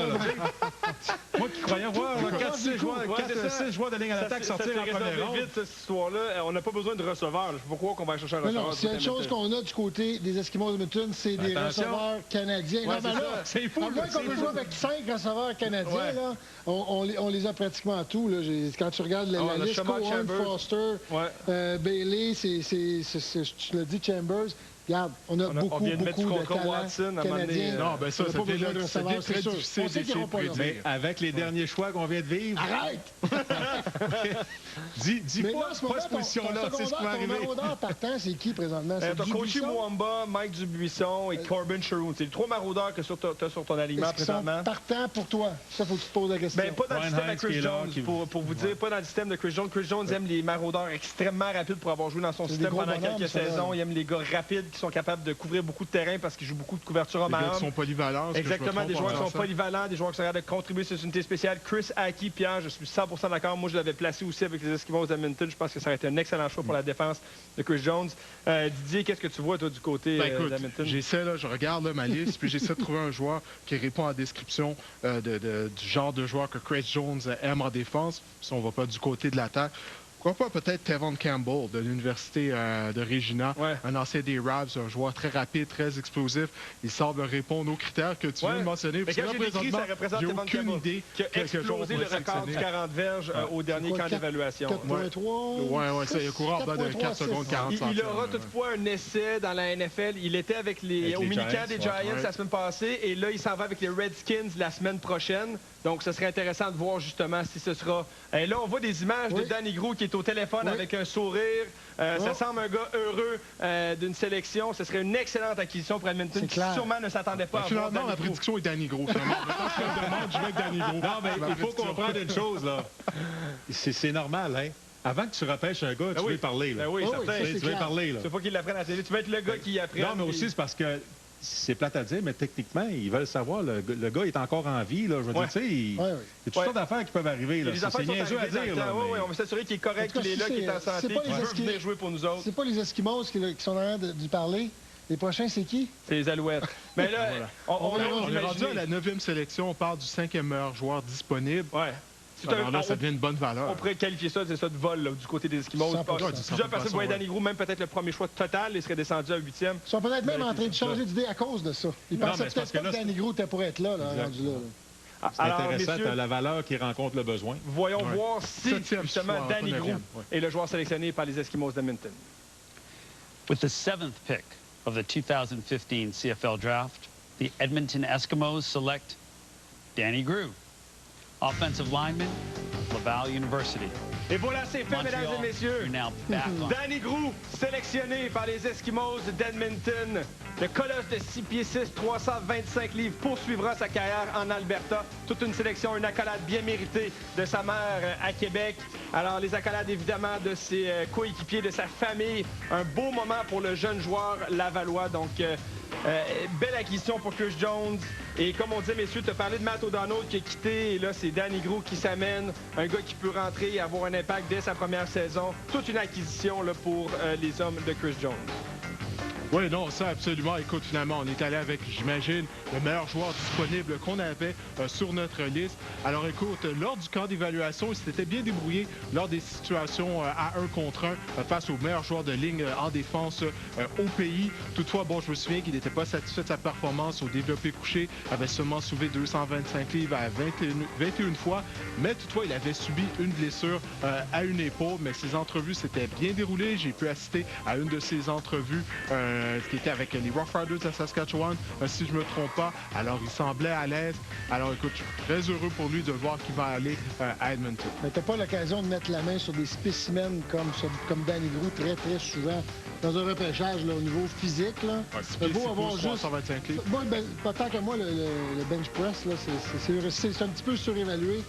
Bon, je suis d'accord avec toi. Qui arrivent sur le terrain et qui ont une force qui est complètement différente que ce que tu vois en dessous d'une barre. Là. Je pense que c'est ce genre de gars-là. Et lorsqu'on le voit... C'est comme une force fonctionnelle. Là, 21. Tu sais, si tu me dis qu'il en a fait juste 7, moi, je me dis, il passe pas beaucoup de temps dans la salle de poids. C'est ça que c'est lui qui disait qu'il n'était pas satisfait. Il croyait pouvoir faire beaucoup mieux que ça, étant donné qu'il revenait d'une blessure en épaule. Mais lorsqu'on voit sa charpente, 325 livres... Messieurs, je vous interromps, excusez-moi, parce que Danny Grou est prêt à nous parler. Alors, on va aller rejoindre Pierre Vézina, qui est avec le nouveau Eskimo d'Edmonton, Danny Grou. Pierre. Merci, messieurs. Danny, comment on se sent, 7e sélection par les Eskimos? On se sent bien pour de vrai. Vraiment, je suis juste heureux d'être choisi pour de vrai. C'est ça que j'attendais. Je voulais juste être choisi. J'avais aucune expectation, excuse-moi la linguistique, mais on va à Edmonton, fait qu'on va l'utiliser en masse. Mais je suis vraiment content. Un peu de déception de ne pas être sorti plus haut? Honnêtement, comme je l'ai dit, je voulais juste sortir premier round. Puis honnêtement, ils m'ont appelé puis ils m'ont dit on est vraiment content que tu sois rendu au 7e choix. Et moi, ça voit que c'est une équipe qui me voulait vraiment. Fait que moi, c'est une équipe qui me veut. Ben, je suis satisfait d'y aller, c'est sûr et certain. Personnellement, est-ce que c'est ton but de faire l'équipe dès la saison prochaine ou tu vas faire une autre saison à Laval, tenter de gagner une 3e Coupe Vanier? Moi, j'ai pas de saison encore. J'ai plus de saison à Laval depuis l'éligibilité. Fait que c'est sûr, je m'en vais là pour compétitionner pour un poste, c'est sûr certain. Comment t'évalues tes chances?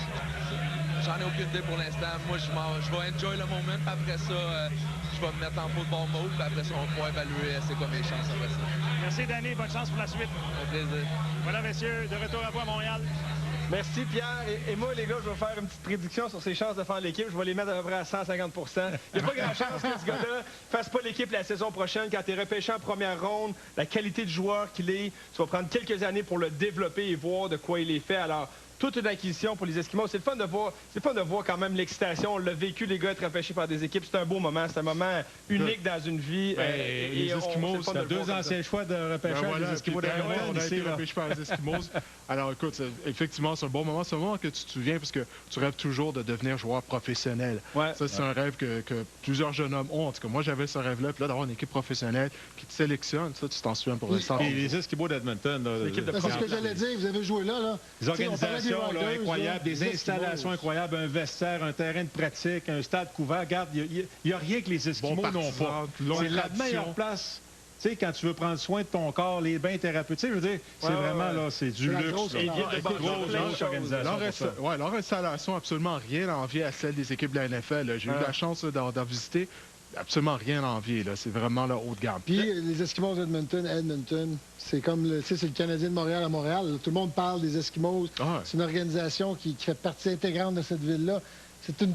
La ville des champions. Moi, j'ai pas eu l'occasion de jouer là, mais à chaque fois qu'on y allait, c'est tout ce qu'on entendait. Puis, écoute, Danny Gros, là, moi, j'adore son attitude. Tu sais, je veux dire, comme je dis toujours, là, ça aligne à l'attaque. Des fois, tu as des gros nounours, mais des fois, tu as des gros nounours qui sont un peu plus agressifs. Ça te prend un bon mélange. Hein? Tu ne peux pas avoir 5 servants de messe sur la ligne à l'attaque. Puis Danny Gros, regarde, tu sais, il est mauvais, là. Tu sais, moi, dans une ruelle, être pris, là, je le voudrais de mon côté pour le batteur de ruelle. C'est clair.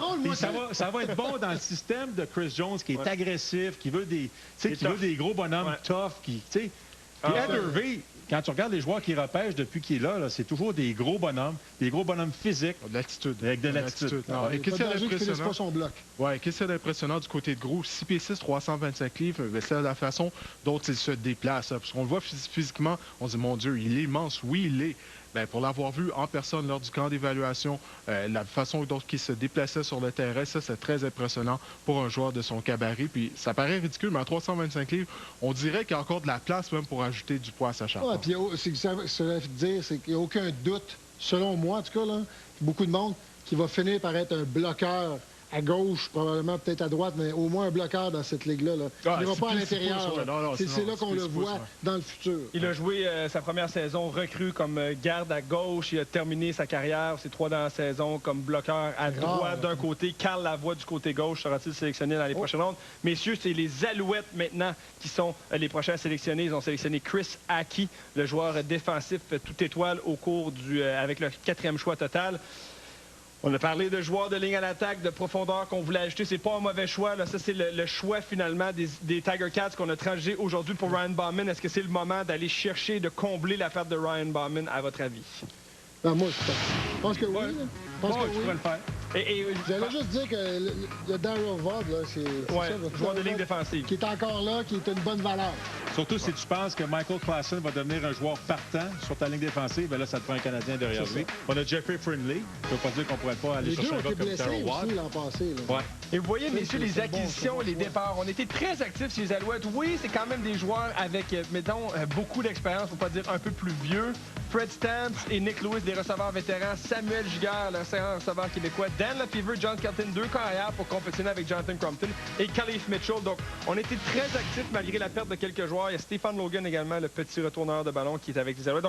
Donc, on était très actifs pendant la saison. Mais on veut gagner dès cette année. Là, on était tout près l'année dernière. Les Alouettes vont-ils être capables de jouer avec 2 ballons à l'attaque? De quoi? Bonne chance à Jonathan Crompton de rendre tout le monde heureux. Je ne suis pas certain que tout ce monde-là se fera partie de la formation lors du premier match de la saison régulière. Oui, parce que tu disais quelque chose tantôt, Pierre. Tu disais, c'est intéressant, quand on laisse aller Ryan Bauman et on amène une recrue, il charge beaucoup moins cher. Là, présentement, quand tu regardes les joueurs, Samuel Giguère, c'est un gars qui est quand même avancé dans sa carrière. Fred Stamps, c'est la même chose également. Nick Lewis également. On a S.J. Green. On a Éric Deslauriers. On a beaucoup de joueurs. C'est des gros salaires. Hâte de voir comment les Alouettes vont justement sélectionner avec ce 8e choix. Et ils sont d'ailleurs prêts, le commissaire qui nous annonce la sélection de Montréal.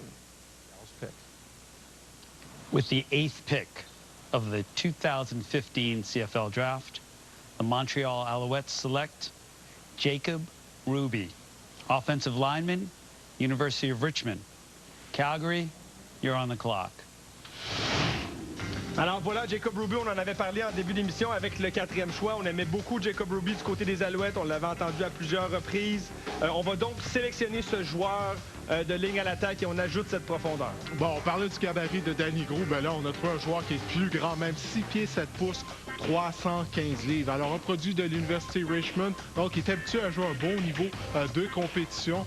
Alors, il ne faut pas oublier que notre bloqueur à gauche, Josh Bird, naturellement, bon, ça ne rajeunit pas. Alors, est-ce que c'est un gars qui pourra potentiellement le remplacer éventuellement du côté des Alouettes? Ça, c'est tout à fait possible, mais il est physique de l'emploi à 6 pieds 7 pouces, une très longue portée.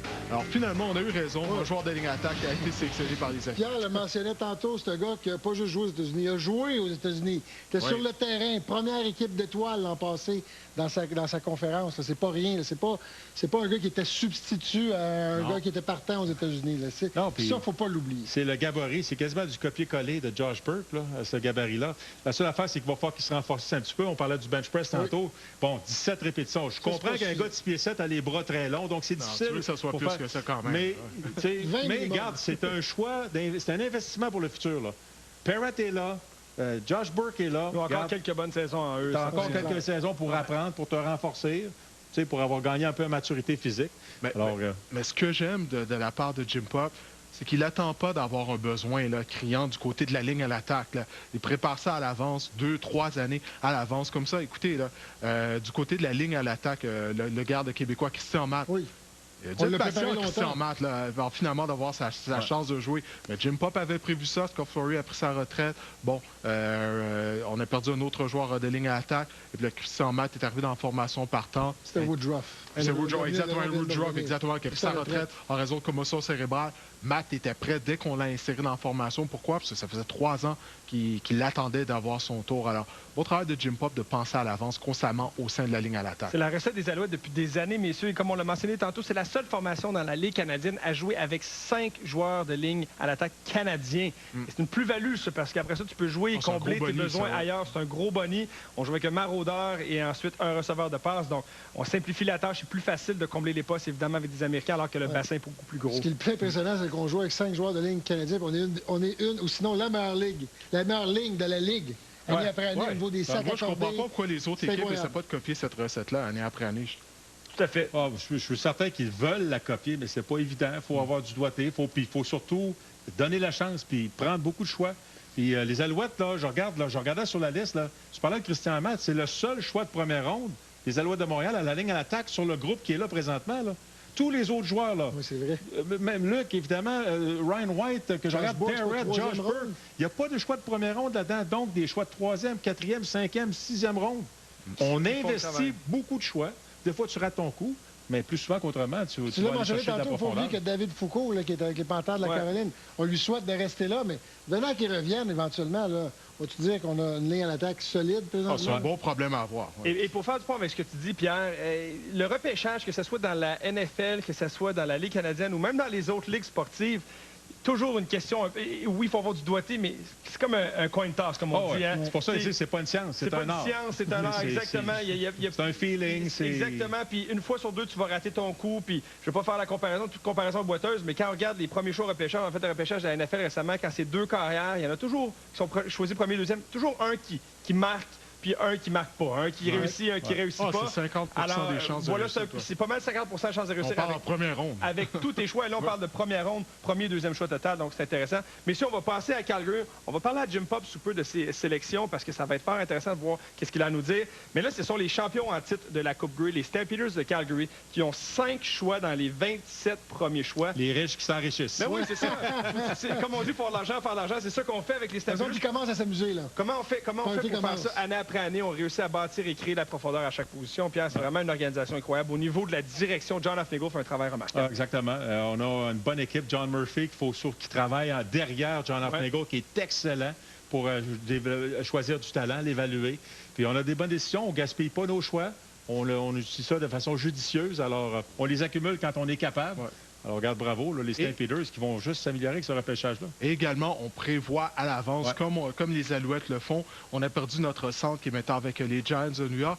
Pas de problème. Le tout premier joueur sélectionné lors du dernier repêchage de l'année dernière, en fait, Pierre Lavertu, est là pour le remplacer et il semble que ce sera lui qui sera le centre partant cette année. Donc, on prévoit les joueurs qui pourraient potentiellement quitter l'organisation très bien du côté de John Affnego. Si vous permettez, messieurs, on va regarder où on a des partants du côté des Stampeders de Calgary parce que c'est une formation unique en ce sens. Regardez bien, on a 4 joueurs de ligne en attaque, ça c'est sans surprise, mais un porteur de ballon en John Cornish, qui est probablement le meilleur porteur de ballon de la Ligue. On a un centre arrière, ou sinon c'est un receveur de passe avec Rob Côté. Et ensuite, on a un joueur de ligne défensive. Alors, c'était intéressant de voir comment on a formé notre équipe. Est-ce que c'est une équipe qui serait portée à aller chercher justement un athlète qui pourrait jouer comme receveur ou comme porteur de ballon? Ou est-ce qu'on y va encore du côté de la ligne à l'attaque qui ont bâti pour le futur? Mais regarde, moi personnellement, quand je regarde ça, il y a différentes places où on peut aller, c'est clair. Là. Puis quand tu regardes le talent qui reste, bien, je reviens avec le joueur de ligne défensive, Darryl Wadd, qui est là. C'est Wadd de l'Université Western, qui est encore là, qui est un excellent choix. Il y a beaucoup de monde, puis je veux mentionner un gars du Rouge et Or, Adam Thibault, il y a beaucoup de monde qui le voit potentiellement pourrait devenir un demi-coin partant. Si on décide de faire ça, si on voit ça vraiment du côté des Stampeders, puis là, ça veut dire qu'il faut commencer à aller chercher de la profondeur à cette position-là, qui est ce qu'on appelle un ratio buster. Là. Messieurs, je vous interromps parce qu'on a Jim Popp avec nous sur la ligne. Jim, how's it going? This is Matt Prue.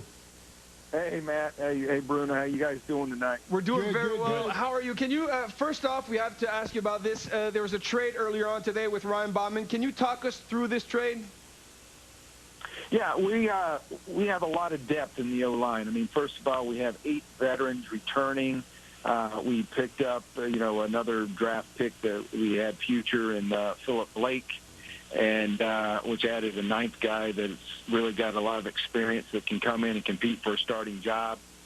We felt like we could move up in this draft, grab a player or two, and get an extra pick in the in the top 2 rounds that can aid us for the future, even help our salary cap, and pick up quality. Defensive player that we did in Aki, and which was our guy we had pointed out that we wanted, and then our first lineman that we figured we could get by the 8th pick that fit our system the best, kind of a Jeff Parrott clone, and Jacob Ruby.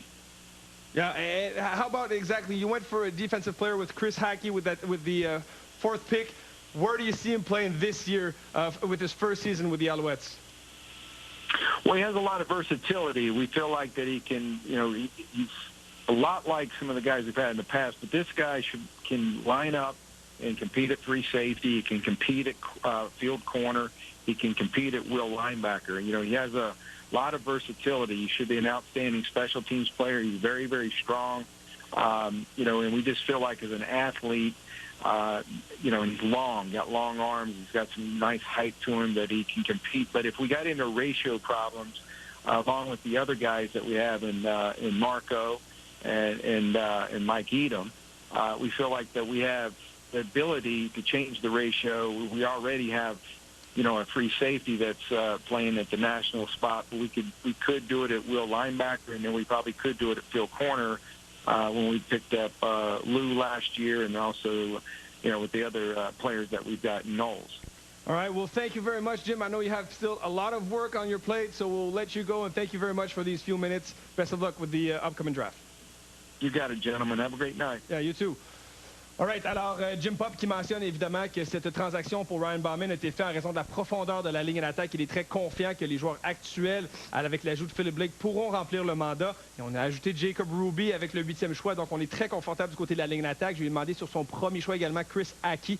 C'est un athlète très polyvalent qui peut jouer un peu partout. Il va nous permettre peut-être même éventuellement, si on a besoin de changer le ratio de où on joue nos partants canadiens, peut-être même comme secondaire extérieur du côté court, peut-être même demi-coin du côté large avec Andrew Lou, Mike Edom, Marc-Olivier Brouillet. Donc ça va être fort intéressant de suivre le développement du côté défensif chez les Alouettes. Messieurs, les Stampeders sont prêts pour le 9e choix de ce premier tour. On écoute le commissaire de la Ligue canadienne. With the 9th pick of the 2015 CFL Draft, the Calgary Stampeders select Carl Lavoie, offensive lineman, Laval University. This concludes the first round. Ottawa, you're now back on the clock. Alors voilà, célébration encore une fois à Québec, alors qu'un 2e joueur du Rouge et Or sur la ligne à l'attaque est sélectionné. Carl Lavoie, bloqueur à gauche, sera le coéquipier de Pierre Lavertu à nouveau avec les Stampeders de Calgary. Excellente prise également pour eux. Alors, il faut s'imaginer, les gars, que Carl Lavoie a impressionné la semaine dernière au East West Bowl devant les dépisteurs de la Ligue canadienne. Ouais, Carl Lavoie, c'est un gars qui est très athlétique, pas aussi gros que Danny Grou, mais c'est un gars polyvalent qui pourrait jouer bloqueur, garde, qui pourrait même jouer centre, je pense. C'est un gars qui est très intelligent, un bon jeu de pied, un bon technicien. Puis on va dire bravo aussi à Carl Brennan. En passant, là, bravo à Carl Brennan, l'entraîneur de la ligne à l'attaque du Rouge et Or. 2 de ces poulains qui sont repêchés en première ronde de la Ligue canadienne. Alors, bravo à toute l'organisation, à coach Constantin et coach Brennan. Bravo. Ouais, absolument, c'est tout du travail. C'est vraiment une pépinière du côté de la ligne à l'attaque du Rougeur depuis des années qu'on produit plusieurs joueurs de qualité sur la ligne à l'attaque. Alors, encore une fois, témoignage de ce beau travail de Carl Brennan, Didier. Bien, c'est ça, du côté des Stampeders de Calgary. On retourne à Laval pour une deuxième année de suite après avoir sélectionné Pierre Lavertu l'année dernière. Alors, écoute, oui, bon, Carl Lavoie ne pèse que 285 livres, mais c'est une chose qui est facile à gagner, c'est du poids en vieillissant. On enferme le joueur dans la salle de musculation, on lui offre une bonne diète, puis ce joueur-là peut ajouter du poids à sa charpente. Alors ça, c'est quelque chose qui ne m'inquiète pas. C'est un excellent joueur de football. Très heureux pour lui. Il n'avait pas été en mesure de compétitionner lors du camp d'évaluation à Toronto en raison d'une blessure au quadriceps. Il était naturellement très, très, très déçu. Mais là, écoute, il est en son première ronde malgré tout. Il a eu sa chance au East-West d'impressionner, puis il l'a pris par bien repris, ouais, ça c'est bien. Alors, dit, un choix de première ronde, c'est quand même impressionnant après ce qu'il a vécu. Avec les champions de la Coupe Grey en plus. Avec les champions de la Coupe Grey. C'est pas si pire quand même de toute une ligne à l'attaque. Puis toute une ligne à l'attaque, effectivement. Donc vraiment, et on sait qu'on court avec le ballon du côté des Stampeders de Calgary. Donc j'imagine, Pierre, quand tu es joueur de ligne à l'attaque et que tu s'en vas dans un système où tu as John Cornish en arrière, puis tu sais qu'il va courir souvent, c'est quand même agréable dans une situation où tu n'es pas toujours en protection de passe. Exactement. Puis il s'en va dans une place. Premièrement, Pierre Lavertu va être là. D'ailleurs, Pierre Lavertu, on a vu, il est à Québec. Là. Il était à côté de lui, je crois. Et il va apprendre. Il n'est pas obligé de jouer immédiatement parce que quand je regarde encore, on a Bergman, Craighead, Fettercall, Lavertu, Wilson. On a encore des bons joueurs canadiens, même si Brett Jones s'en va faire un essai avec les Giants de New York. Donc, il n'est pas obligé de jouer tout de suite. Regarde, viens, sois patient, on va t'apprendre. Alors, c'est une situation idéale pour Carl Lavoie. Une autre belle place pour aller jouer au football. Absolument, messieurs. Et maintenant, le commissaire qui a annoncé tous les premiers choix, en fait, tous les premiers choix lors de cette première ronde, décidé de prendre congé. C'est assez pour lui, monsieur le commissaire. Non, on fait des blagues, bien évidemment. Il sera avec nous. D'ailleurs, on va le rencontrer. On aura le plaisir de faire ça, nous, demain, rencontrer le nouveau commissaire. C'est donc nous, ici, qui allons annoncer les prochains choix. Et le Rouge et Noir d'Ottawa a fait son premier choix du deuxième tour. Il s'agit du receveur de passe des Dinos de l'Université de Calgary, Jake Harty. Alors, messieurs, on avait besoin de receveurs du côté du Rouge et Noir. Sans surprise, on a eu beaucoup de difficultés avec les ballons échappés l'année dernière. On s'est bâti je peux dire, une écurie de receveurs un peu plus solide. Ça a commencé pendant la saison morte avec Maurice Price. Et donc là, on ajoute un receveur canadien. On a ajouté Brad Sinopoli. On va chercher Jake Harty. Alors, un receveur de passe capable de tout faire, comme on le voit sur les images, capable de faire les retours de passe, jouer à l'intérieur comme à l'extérieur. Donc, ça va être une acquisition intéressante pour le Rouge et Noir. Oui, c'est clair. Il y en a un qui est déçu, par contre, c'est Lemar Durant, qui, lui, reste assis sur son banc. Puis là, lui, il a commencé à trouver ça long, ce repêchage-là, parce qu'on le voyait avec Dembski comme le deuxième ou le premier meilleur receveur de la Ligue ou du repêchage. Et là, c'est le numéro 5 qui vient de partir. Oui, lui et Darryl Ward. Lui et Darryl Ward, c'est supposément des choix de première ronde, comme tu as mentionné, dans le top 10. Puis là, on est rendu en deuxième ronde, là, soudainement. Tout d'un coup. Messieurs, on fait une courte pause. Justement, cette première ronde et le premier choix de cette deuxième ronde est déjà complété. Ça va vite. Carl Lavoie célèbre avec sa famille et ses coéquipiers à Québec. Nouveau Stampeders de Calgary.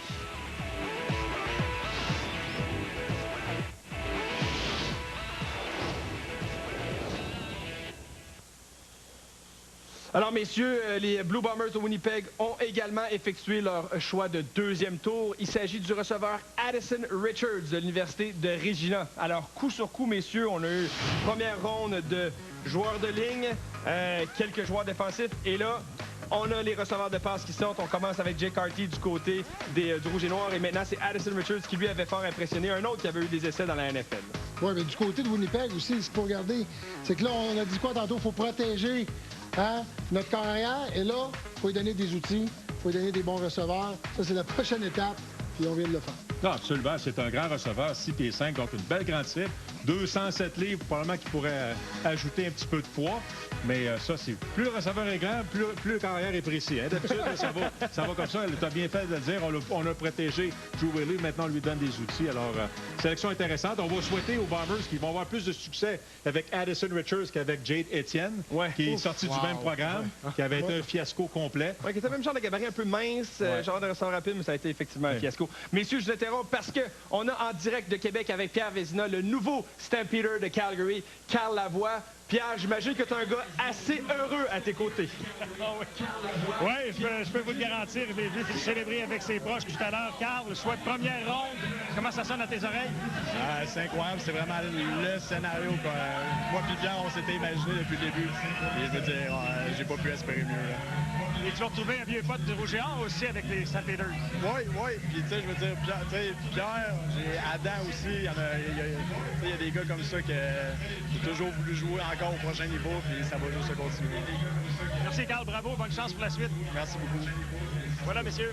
Merci beaucoup, Pierre. Alors, évidemment, Carl Lavoie qui parle de retrouver ses anciens coéquipiers. Et ça, c'est toujours le fun, parce que tu passes dans un programme, et on l'a vécu, moi, c'est une des choses qui m'avait marqué quand j'avais été repêché, c'est que tu passes dans un programme où tu es capitaine, joueur important, vétéran, joueur vedette, et là, tout d'un coup, là, tu tombes de héros à zéro assez vite, tu dois refaire tes classes, et c'est pas facile. Moi, j'ai eu le privilège, lorsque j'étais avec les Alouettes, d'avoir des gars comme Éric Lapointe, Sylvain Girard qui m'ont épaulé.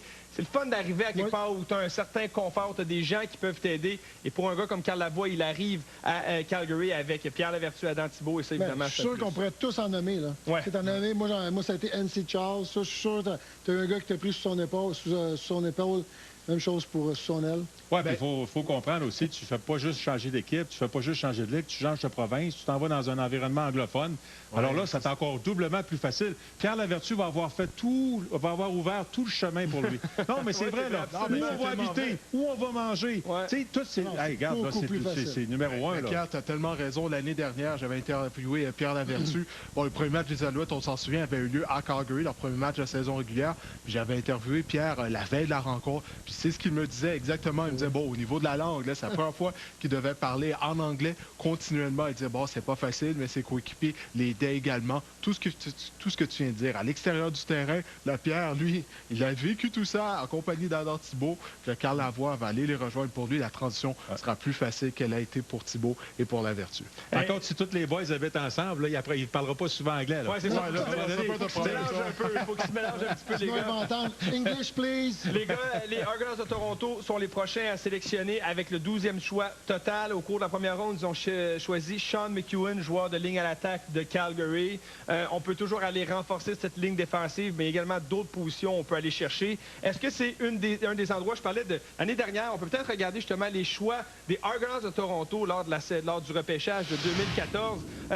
On est allé chercher, c'est les choix de première ronde de cette saison. Donc, la première ronde, vous la voyez, Alex Mathias a été le tout premier choix du Rouge et Noir, Suk Chong et Sean McEwen. 3 joueurs de ligne à l'attaque, les premiers. Les Alouettes qui ont sélectionné Chris Aki et Jacob Ruby. Après ça, on a vu Nick Dembski, choisi par les Roughriders de Saskatchewan. Carl Lavoie avec les Stampeders. Comme je disais justement, regardez les choix qu'on a fait, c'est quand même intéressant. On est allé chercher Anthony Coombs, porteur de ballon l'année dernière avec le 3e choix total. On a sélectionné un joueur de ligne à l'attaque cette année, tout comme Tyler Holmes, Matt Sewell, Joe Epperle. Ça a été l'habitude qu'on a eue par le passé. Est-ce qu'on pourrait justement aller chercher un joueur de talent, un joueur là, qui pourrait remplacer un Dury, un Coombs, un receveur de passe pour remplacer Spencer Watt? Est-ce que c'est un endroit? Lamar Durant est toujours disponible? C'est ça, le gars que Bruno n'arrête pas de nommer tout à l'heure. Ça, c'est un gros bonhomme, Lamar Durant. Ouais. 230 livres. C'est un gars qui va jouer à l'intérieur, c'est garanti. Qu'on va sûrement utiliser aussi pour venir bloquer sur certains jeux de course. C'est un autre des Giants le week-end dernier. Un autre spécimen. Et c'est quelqu'un qui pourrait effectivement être un choix intelligent pour... un receveur de passe, on a besoin de receveurs canadiens. Qui va le joueur de ligne défensive. Oui, c'est ça. Tu sais, Daryl Watt, qui est un gars de Western, un gars de Toronto, de la région de Toronto, on ne sait jamais. Tu sais, on n'a jamais remplacé le gros Adriano Belli depuis qu'il a quitté. Alors, tu sais, bon, est-ce qu'on veut aller chercher un gars comme Watt qui glisse au classement parce que Didier était au camp d'évaluation, pas connu un gros camp d'évaluation. À quelque part, il ne faut pas juste se fier à une mauvaise journée. J'espère que les équipes, et je crois que les équipes vont faire l'exercice, on regarde l'ensemble de l'œuvre. C'est pas une mauvaise journée au boulot qui va faire que... C'est ça, du côté de Watt, comme tu as mentionné, ses tests physiques lors du camp d'évaluation, ça n'avait pas bien été. On aurait aimé le voir réussir un chrono le plus rapide aux 40 verges. Mais toutefois, lors des 1 contre 1, lorsqu'on a revêtu les casques et épaulettes, il s'était bien débrouillé. Mais toutefois, sa rapidité, son manque de rapidité, peut-être, c'est quelque chose qu'on lui reproche. Mais en 1 contre 1, moi, j'avais trouvé personnellement qu'il avait bien fait. Bon, ben messieurs, le choix de Toronto est entré. Et Pierre, tu avais vu juste, les Argonauts de Toronto sélectionnent le joueur de ligne défensive, Daryl Watt, de l'Université Western Ontario. Alors, justement, on a transigé pour Ricky Foley, messieurs. On est allé chercher pour avoir un joueur de ligne défensive canadien. On va donc chercher de la profondeur à cette position. C'est donc lui qui s'amène. Et ça, c'est également intéressant de souligner, messieurs, qu'il y a toujours le facteur localité. Hein? Western Ontario, c'est pas loin de Toronto. On reste proche de la maison. On aime aller chercher des joueurs qui sont prêts parce qu'on s'imagine qu'ils vont vouloir faire leur carrière à cet endroit-là. Alors, Darryl Wall, qui est un bon choix, je m'imagine, pour les hommes de Scott Milanovic. Ben, un choix populaire, puis un bon choix pour le terrain. Tu peux pas demander mieux, là, selon moi. Absolument. Et on fait une courte pause, messieurs. Au retour, les Alouettes de Montréal seront les prochains à sélectionner. Bien hâte de voir qui sera leur troisième choix de ce repêchage.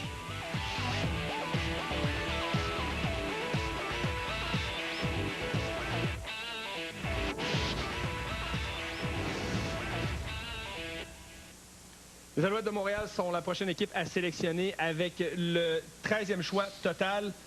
Ben là, moi, je pense que Noel Thorpe, le commentaire défensif, anciennement des Carabins, est sur le téléphone en train de dire à Jim Pope, « Hey! Faire du lobbying. Byron Archambault est encore là, il connaît la terminologie, il fit mon système, amène-moi-le. » Mais ça, c'est juste une supposition. Mais moi, je pense que... Non, mais il y a de plus en plus de chance parce que moi, Darryl Watt, c'est un gars que je voyais là, avec les Alouettes. Dans le sens que si on veut avoir Michael Klassen comme partant, comme plaqueur, ça prend un réserviste. Alors, je me disais que ça pourrait aller. Receveur de passe canadien. Oui, pas beaucoup de profondeur, il faut faire attention. Assurément. On sait que dans les dernières années, on n'a pas fait beaucoup de place aux receveurs canadiens chez les Alouettes de Montréal. D'ailleurs, c'était Mark Trestman qui avait parti le bal. Là. Mais ça ne veut pas dire qu'on ne va pas revenir à cette recette-là, parce que oui, on a Samuel Giguère qui rajeunit, qui est encore des bonnes années, mais Éric Deslauriers. Éric Deslauriers, ouais. 34. Carl Graves, c'est un ancien carrière. Andrew Smith, bon, c'est un jeune de l'Université de Manitoba. On pourrait aller chercher un joueur canadien à la position de receveur. Mais Byron Archambault, comme tu l'as dit, dans le système des Alouettes, c'est un système conçu pour lui. Oui. Et c'est un joueur, on a choisi donc un joueur défensif à Chris Aki, on a choisi un joueur de ligne à l'attaque. Maintenant, où on s'en va avec ce choix du côté des Alouettes? On à la 13e sélection, Archambault était le 14e meilleur joueur du repêchage.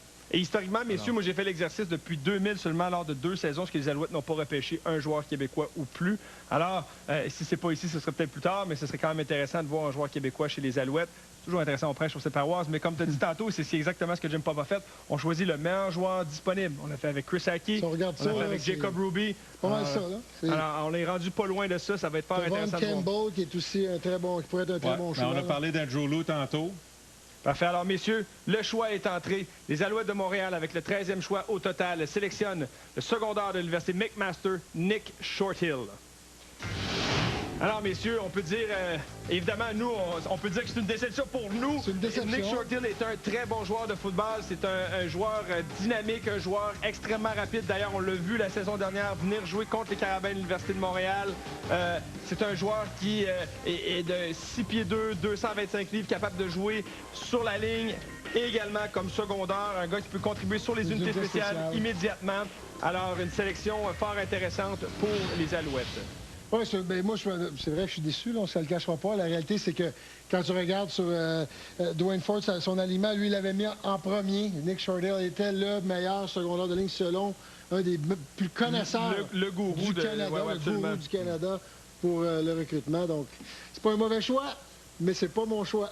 Non, mais écoute, au fil des ans, là, ça devient difficile de critiquer les choix au repêchage des Alouettes de Jim Pope, parce que plus souvent qu'autrement, il fait des bons coups. Alors écoute, lorsqu'il sélectionne un joueur, en tout cas, moi, je lui donne toujours le bénéfice du doute. On n'a pas le choix. D'ailleurs, si vous permettez, messieurs, on va aller voir le repêchage 2014 des Alouettes. Tous les joueurs qu'ils ont sélectionnés la saison dernière. Parce que, comme tu dis, justement, c'est une équipe qui repêche très bien. C'est une équipe qui, année après année, est capable d'aller chercher du talent, même profondément dans le repêchage, pas juste dans les premières rondes. Alors, on va voir qui ils ont sélectionné au cours des dernières années. Ça va nous permettre, justement, vous voyez David Foucault, joueur de talent, quelqu'un qui est toujours dans la NFL, mais pourrait éventuellement finir ici. Andrew Luke, qui a contribué énormément sur une unité spéciale, un des meilleurs joueurs sur une unité spéciale.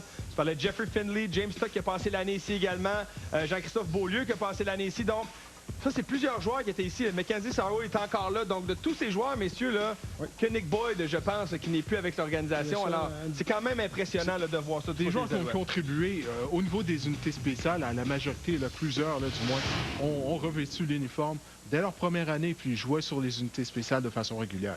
Messieurs, maintenant, on va passer aux Lions de la Colombie-Britannique, qui sont les prochains à sélectionner au cours de la première ronde. Ils sont choisis SC Morabouré Adjuro, joueur de ligne défensive du côté de Wilfred Laurier. Alors, est-ce qu'on a commencé à bâtir là? On a David Ménard, on a également Westerman, donc on a 3 joueurs canadiens de ligne défensive. On a parlé de joueurs de ligne à l'attaque. Est-ce qu'il y a des joueurs de ligne à l'attaque toujours disponibles, selon vous, qui pourraient là, remplir un mandat et être sélectionnés au 2e tour? Ou est-ce qu'on commence à aller avec des joueurs de d'autres positions et varier ce qu'on fait? Bien là, le nom qui me vient en tête, là, puis Bruno en a parlé quelques reprises, c'est Lemar Torrent. Il vient de la région. Oui, c'est un gars. On dit des fois aller jumeler un bon joueur avec un gars de la région, c'est toujours gagnant. Ouais. Lemar Torrent, je sais qu'on a des receveurs canadiens. On a quand même une certaine profondeur, mais là, est-ce que ça devient intéressant pour les Lions? Un gars de la place, un gars qui a un talent, un potentiel. Parce que lui, c'est le fameux débat, production versus potentiel. Tu sais, il y a des gars, là, un gars comme Dembski, là, il y a eu beaucoup de production à l'université. Mais un gars comme Lemar Torrent parle plus de potentiel. Le physique de l'emploi. 230 livres, voilà. Il est rapide, il est fort.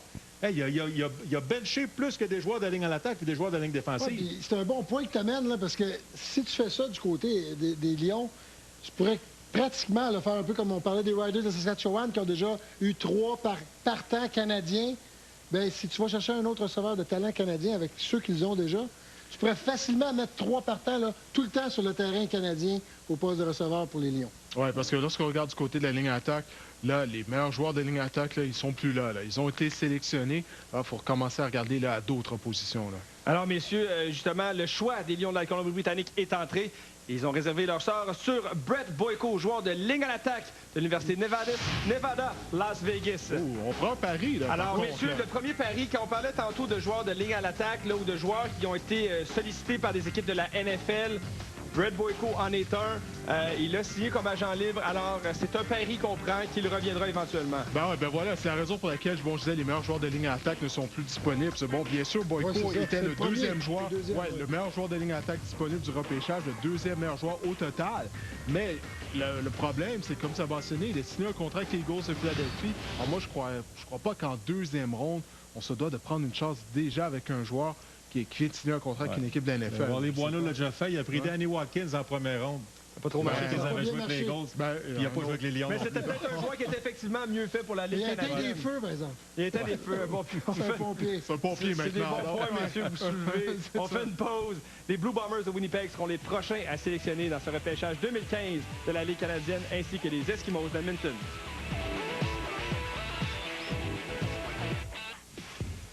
Alors, les Eskimos d'Edmonton choisiront dans 2 rangs. On voit Chris Jones et Ed Hervey qui sont probablement très prêts, eux, à faire leur prochaine sélection. Mais tout d'abord, ce sont les Blue Bombers de Winnipeg. Et tantôt, Pierre t'a dit quelque chose. On ne peut pas se tromper du côté de Winnipeg. On peut aller n'importe où. On a besoin de profondeur partout. On a seulement 7 joueurs qu'on aurait pêchés qui sont toujours dans la formation. Alors ça, c'est vraiment peu comparativement aux autres formations.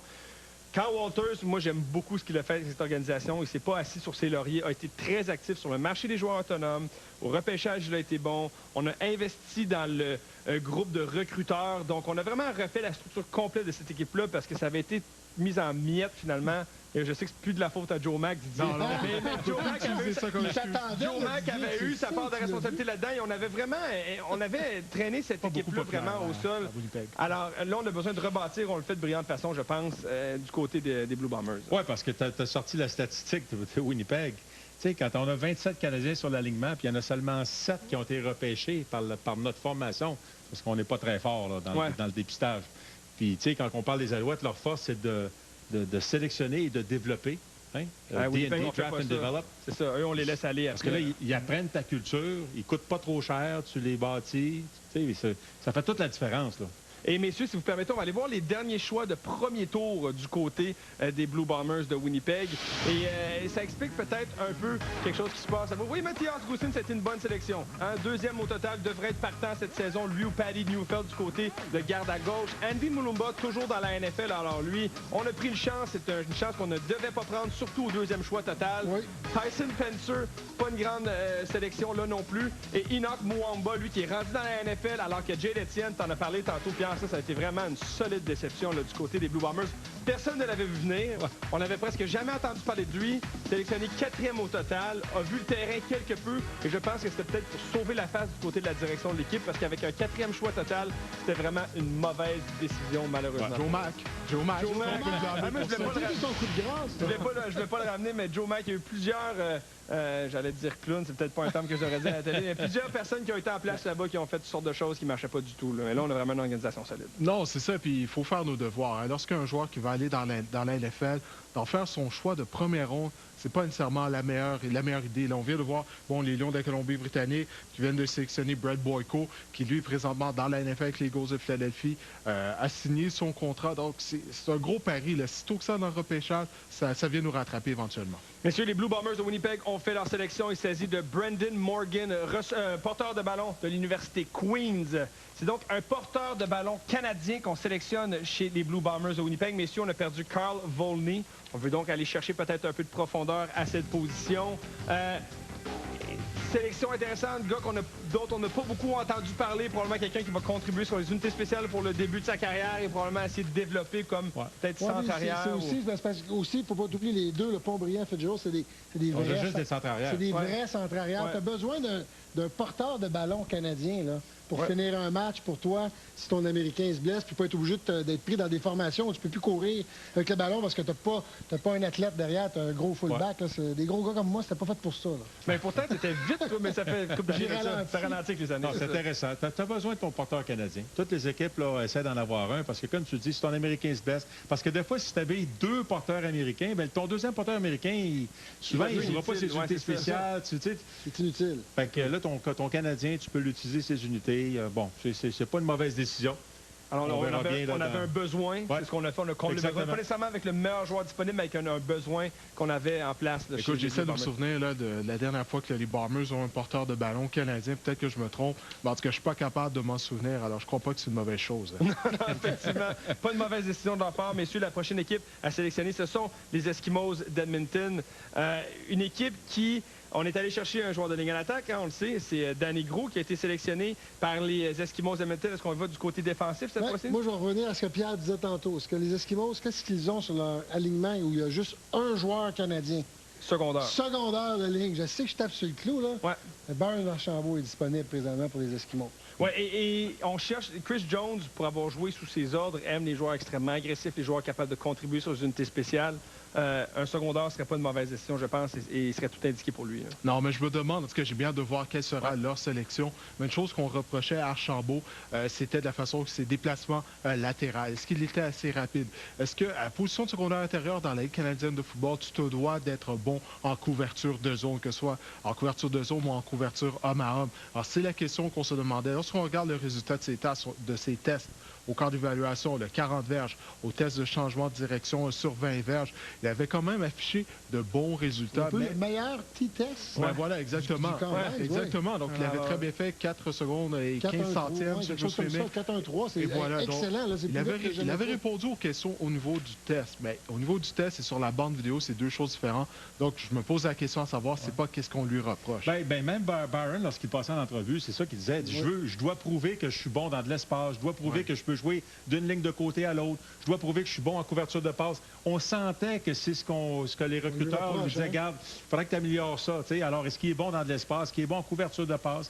Parce que c'est clair, dans la boîte défensive, comme 5e joueur de ligne défensive, tu sais, parce que moi, c'est pour ça que je dis, les Alouettes qui font souvent des stratégies ou du secondaire intérieur embarquent, puis il vient en avant du garde, c'est idéal pour lui. La Saskatchewan va peut-être faire ça. Écoute. Alors là, je me demande s'il ne devient pas un peu victime du fait que son style de jeu, c'est ça, c'est le système. Là. Lui, il faut vraiment qu'il rentre dans un système qui va avec ses... Pour lui. Ce que tu viens de dire, c'est ce qu'il aime faire. Je me souviens, j'ai assisté à l'entrevue qu'il a donnée avec le Rouge et Noir d'Ottawa. Ils lui ont demandé quelle position tu aimes, comment tu aimes te positionner sur le terrain. C'est exactement ce que tu as dit sur l'épaule extérieure du garde. C'est ce qu'il aime faire. Et il a le physique pour. Parce que, regarde, côté leadership, côté attitude, côté premier dans la salle de poids, premier dans la salle de vidéo. Hey, tu lisais des histoires que les entraîneurs, là, quand c'était le temps de fermer les lumières au bureau, là, Archambault est encore en train de regarder des... Hey, let's go, là. Ouais. Alors, tout ça, tout ce qui ne se calcule pas, le hit, le facteur hit, il y a tout ça.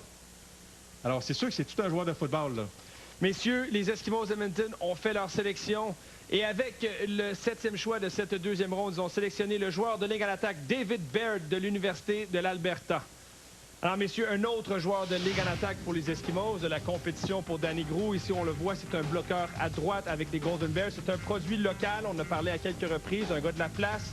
Alors, quelqu'un qu'on connaît bien, qu'on a eu la chance de voir régulièrement jouer et pratiquer, avec qui on a eu la chance probablement de s'asseoir. Et donc, on veut renforcer cette ligne à l'attaque du côté des Eskimos. Le message est clair, là, nos 2 premières sélections, c'est des joueurs de ligne à l'attaque. Alors, on veut renforcer et s'assurer qu'on protège Mike Reilly, qui a eu quelques difficultés avec les sacs du corps la saison dernière. Quelque peu. Il s'en souvient pas.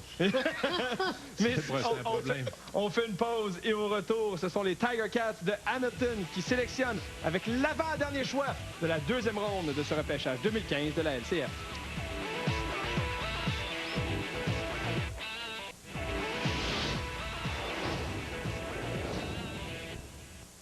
Il reste maintenant 2 choix à cette 2e ronde du repêchage de la Ligue canadienne. Les Tiger Cats de Hamilton sont la prochaine équipe à sélectionner avec leur premier choix. En fait, j'allais dire avec leur premier choix. Son premier choix, ils ont transigé leurs 2 premiers choix au repêchage. Leur premier choix, c'est Bombin. C'est ça. Leur premier choix, c'est Bombin, finalement, les Tiger Cats de Hamilton. Alors, c'est une équipe qui a connu beaucoup de succès au cours des 2 dernières années. Se sont présentés à la Coupe Grey lors des 2 dernières années. Malheureusement, ça se soldé en défaite crève-cœur, celle de l'année dernière. On se souviendra de ce retour de Brendan Banks, annulé avec un bloc de Taylor Reid à la toute fin.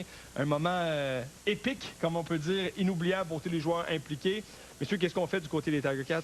Oui, bien écoute, on va le demander à Kent Austin, non blague à part. Quand je regarde l'alignement des Tiger Cats d'Hamilton, du côté de la défensive, c'est peut-être une des formations les mieux nanties au côté talent canadien.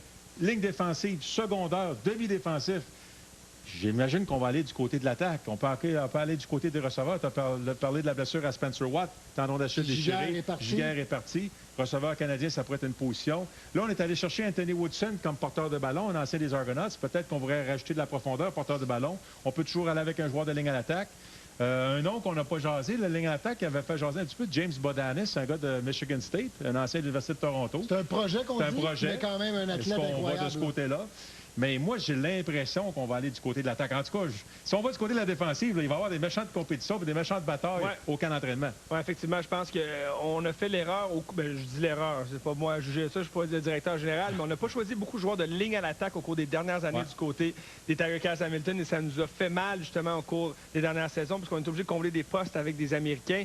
Peut-être jeter un coup d'œil justement à ce qu'ils ont repêché la saison dernière, les Tiger Cats Hamilton, leur repêchage 2014. On a commencé avec le secondaire de Western Bull-Landry, contribué sur les unités spéciales, Evan Gill, joueur de ligne défensive, Christopher Johnson, secondaire, Mathieu Girard, un ancien des Carabins, et les autres joueurs de ligne défensive qui n'étaient pas de la formation. Alors, 4 joueurs de ligne défensive l'année passée. Toutes les défensives. Pierre vient d'en parler. Et ce sont tous des joueurs défensifs la saison dernière qui ont été sélectionnés. Donc, ce serait peut-être pas fou d'y aller cette année. On va féliciter par contre Mathieu Girard qui a finalement réalisé que ça se passe du côté de l'attaque. Non, mais de toute façon, Mathieu Girard est un excellent plaqueur avec les Carabins qui fait un gros sacrifice, va aller du côté de la ligne à l'attaque maintenant que les Tiger Cats. Alors, le gars qui avait déjà joué, je pense au cégep, il avait joué des 2 côtés. Là. On a vu un bon athlète capable de jouer à cette position-là, c'est sûr. On a vu Evan Gill qui n'a toujours pas joué avec les Tiger Cats, tente toujours d'aller dans la NFL. Et puis, d'ailleurs, il a participé à un mini-camp de la NFL au cours du week-end dernier. Puis Kent Austin lui a carrément dit écoutez, je ne sais même pas qu'est-ce qu'il faisait là. Il n'avait même pas d'affaires là. Il n'a pas passé le médical. Il a échoué le test médical. Exactement. Donc, alors, Kent Austin, en dérision, on dit. Alors, messieurs, les Tiger Cats d'Hamilton ont fait leur sélection. Ils demeurent du côté défensif, alors que leur choix de 2e ronde, il s'agit de Byron Archambault, secondaire de l'Université de Montréal. Alors, messieurs, on peut dire félicitations et l'attente qui est terminée pour l'excellent secondaire des Carabins. Voilà, il sourit, là. Et oui, voilà, un moment de réjouissance pour le Carabin qui se joint aux Tiger Cats de Hamilton. Excellente organisation qui a connu beaucoup de succès au cours des dernières années. C'est un moment, évidemment, de joie intense pour ce jeune joueur de football qui s'est amplement mérité, les gars. Vous avez parlé d'un joueur d'équipe, d'un joueur qui a tout le hit factor, quelqu'un que quand tu joues avec, tu as le goût de jouer pour lui, tu as le goût que ce soit ton capitaine. Alors, il est récompensé aujourd'hui pour tous ses efforts des dernières saisons. Byron Archambault qui est maintenant un Tiger Cat. Et là, ce que ça veut dire, là, quand je regarde ça, c'est que là, on veut peut-être faire de la position de secondaire intérieur une position canadienne.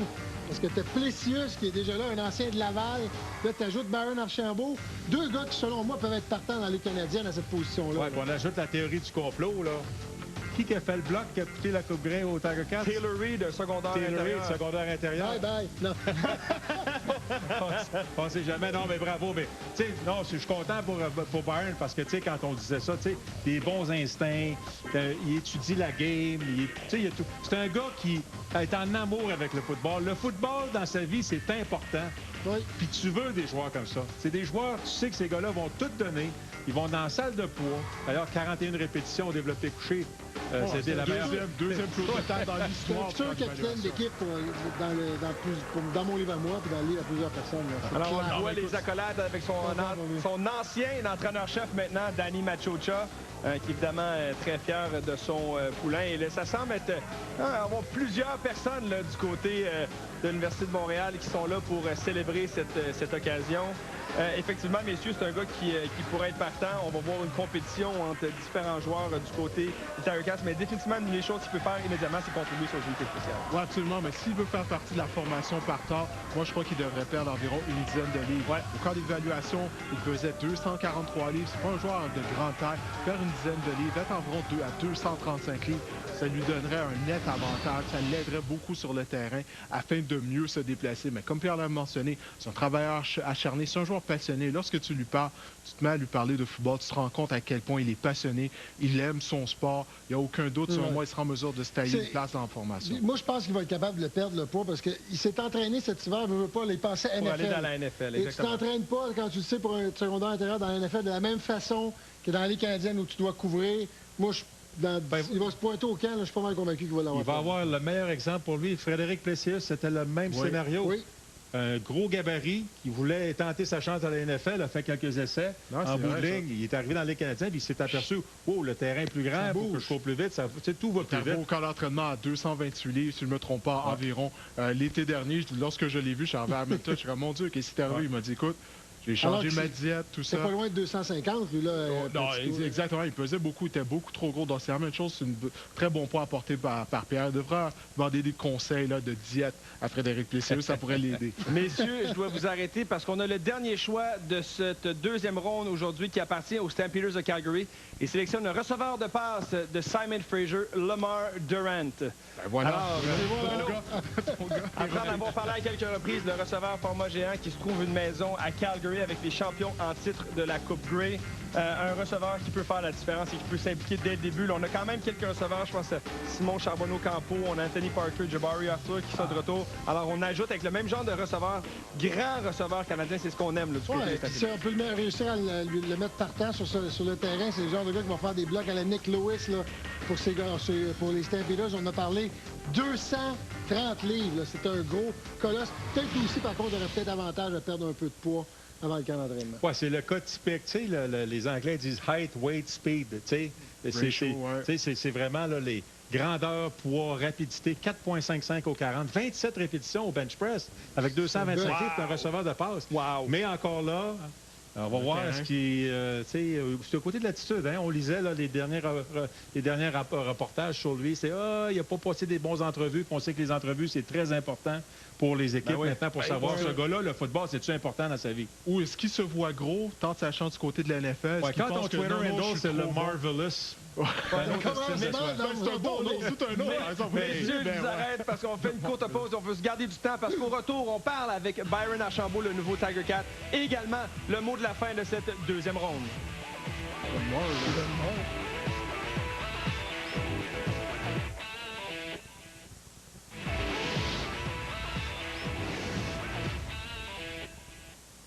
On ne perd pas de temps. On va immédiatement rejoindre le nouveau membre des Tiger Cats de Hamilton, Byron Archambault, qui est avec notre collègue Benoît Baudouin à l'Université de Montréal. Merci beaucoup, Mathieu. Byron, comment tu te sens? On entend les gens derrière nous. Là. Un gars soulagé, j'ai l'impression que je rencontre en ce moment. On avait hâte. Je pense qu'on avait hâte. On voyait les noms défiler, puis je suis content d'être un Tiger Cat, puis je m'en vais rejoindre mon chum Matt Girard, puis j'ai hâte de jouer. Ah, exactement. Comment tu te sens? Là? Un de tes meilleurs chums avec les Carabins. Vous allez jouer dans la même équipe, dans la même unité. Comment tu te sens d'aller voir ton chum Matt Girard à Hamilton? En fait, on va jouer contre. Il vient de le tasser comme joueur de ligne offensive. Fait qu'on risque de pogner beaucoup de répétitions contre là, en pratique. Puis je pense que c'est une belle place. Il y a beaucoup de Canadiens là-bas, beaucoup de Québécois même. Fredo Plessius, Arnaud Gascon. Je pense que Junior aussi, là, qui vient d'être échangé. Fait qu'il y a beaucoup de Québécois. Ça va être le fun pour moi là-bas. Honnêtement, 17e. Il y a des gens qui te voyaient peut-être même dans le top 5, attendre aussi longtemps. On sentait que c'était long ici. Est-ce que c'est une motivation supplémentaire de prouver que t'es pas un 17e choix, t'es un choix de première ronde? C'est ça. Dans ma tête, dans ta tête, en tant qu'athlète, t'es toujours le meilleur. T'es le meilleur sur le terrain, t'es le meilleur partout. Puis c'est surtout d'être le deuxième linebacker. Je pense que je vais avoir ça avec moi toute la saison, toute ma carrière. Byron, félicitations. Bonne chance dans ta nouvelle carrière professionnelle. Merci beaucoup. Bye-bye. De retour à vous, messieurs. Merci beaucoup, Benoît. Si c'est un bon présage, Pierre Vercheval a été un 17e choix total au repêchage. Alors, vous faites le même genre de carrière. Fais attention, Ben Baudouin, là, va te repogner dans le corridor d'RDS. Félicitations, évidemment, à Byron Archambault. Messieurs, qu'est-ce que vous retenez de ce repêchage, Bruno? On avait dit beaucoup de profondeur. Excusez-moi, je vous dis, c'est pas fini. Il reste plusieurs rondes. Pour nous, c'est terminé les 2 premières rondes. Mais qu'est-ce que tu retiens de ces 2 premières rondes? Les 2 premières rondes, on avait parlé de beaucoup de profondeur à la position de ligne à l'attaque. Dans la première ronde, 6 joueurs de ligne à l'attaque, puis au total, 8 dans les 2 premières rondes. Oui, c'est toujours intéressant de voir les repêchages, de voir un peu les surprises. C'est-à-dire les gars qu'on voyait peut-être 15e, qui sont montés 5e, 6e, les gars qu'on voyait dans le top 10, qui sont descendus 18e. Alors, c'est sûr que, bon, Chris Hackey a fait une montée fulgurante. Et c'est Malo... oh boy! Tu t'es essayé? Courageux, en tout cas, t'es courageux. En tout cas, 2 joueurs défensifs en première ronde. Ouais. Et en deuxième ronde, Lamar Durant qui est sorti au 18e rang. Donc ça, c'est un exemple. C'est ça un repêchage, hein? Tu as toujours des surprises. Des gars qui montent. Carl Lavoie. Quelle montée fulgurante en première ronde. Alors, bravo là, à tous ces joueurs-là. Ouais, pour moi, c'est les Alouettes. Jim Popp, avant même le début du repêchage, en mesure de compléter une transaction, ce qui lui a permis d'avoir 2 choix de première ronde. Alors ça, c'est un bon coup, selon moi, de la part de Jim Popp. Et Byron Archambault, on vient de le voir en entrevue, de le voir finalement être sélectionné par les Tiger Cats de Hamilton. Alors moi, je suis bien content pour lui. Écoute, on l'a mentionné là, à quel point c'est un joueur passionné. C'est difficile, justement, de ne pas espérer que pour lui, il va réussir sa carrière. Lorsqu'on a la chance de le rencontrer, de lui parler, c'est tout un jeune homme. 3 Québécois, quand même, là, dans les 2 premières rondes. C'est bon aussi. Absolument. Tu dis Danny Grou, qui a été le 7e choix total avec les Eskimos d'Edmonton. Carl Lavoie, qui a été le 9e choix total avec les Stampeders de Calgary. Et Byron Archambault, qui, lui, s'en va avec les Tiger Cats de Hamilton. Pour les Alouettes, notre équipe québécoise, ils ont sélectionné Chris Hackey, demi-défensif de l'Université Wilfrid Laurier avec le 4e choix au total. Ensuite, Jacob Ruby, joueur de ligne à l'attaque de l'Université Richmond. Et ils ont terminé avec Nick Shorthill, joueur secondaire de l'Université McMaster. Donc, 3 bons choix pour les Alouettes. Évidemment, messieurs, on le sait, le repêchage, c'est que le début. Hein? C'est un choix repêchage, que tu sois le premier ou le dernier. Tu es repêché, ça veut rien dire. Le travail commence à partir du 30 mai prochain, lorsque les camps vont s'ouvrir au niveau professionnel. Ça va être intéressant de voir la progression de ces jeunes joueurs-là. Messieurs, merci beaucoup pour votre contribution toujours fort agréable. Pour nous, on a plusieurs prochains rendez-vous parce que la saison, oui, elle commence sous peu. C'est le début quand on parle du repêchage. On aura le premier match pré-saison des Alouettes. Ce sera contre le Rouge et Noir en direct du PEPS de l'Université Laval à Québec. Ce sera le 13 juin à 19h sur RDS. Ensuite, on vous présentera le 2e match pré-saison qui est face aux Argonauts de Toronto. Ce sera ici même à Montréal le 18 juin à 19h sur RDS. Et Blitz, oui, une nouvelle saison de Blitz qui débute. Première émission de la saison, ce sera le 22 juin à 19h, toujours sur RDS. Pour ceux qui veulent continuer à écouter le repêchage, vous pouvez aller sur tsn.ca ou TSN Go, alors que les 5 prochaines rondes seront présentées en direct. Également, vous pouvez suivre sur Internet, sur tsn.ca ou sur cfl.ca. Merci énormément d'avoir été des nôtres et à très bientôt pour un autre événement de la Ligue canadienne de football.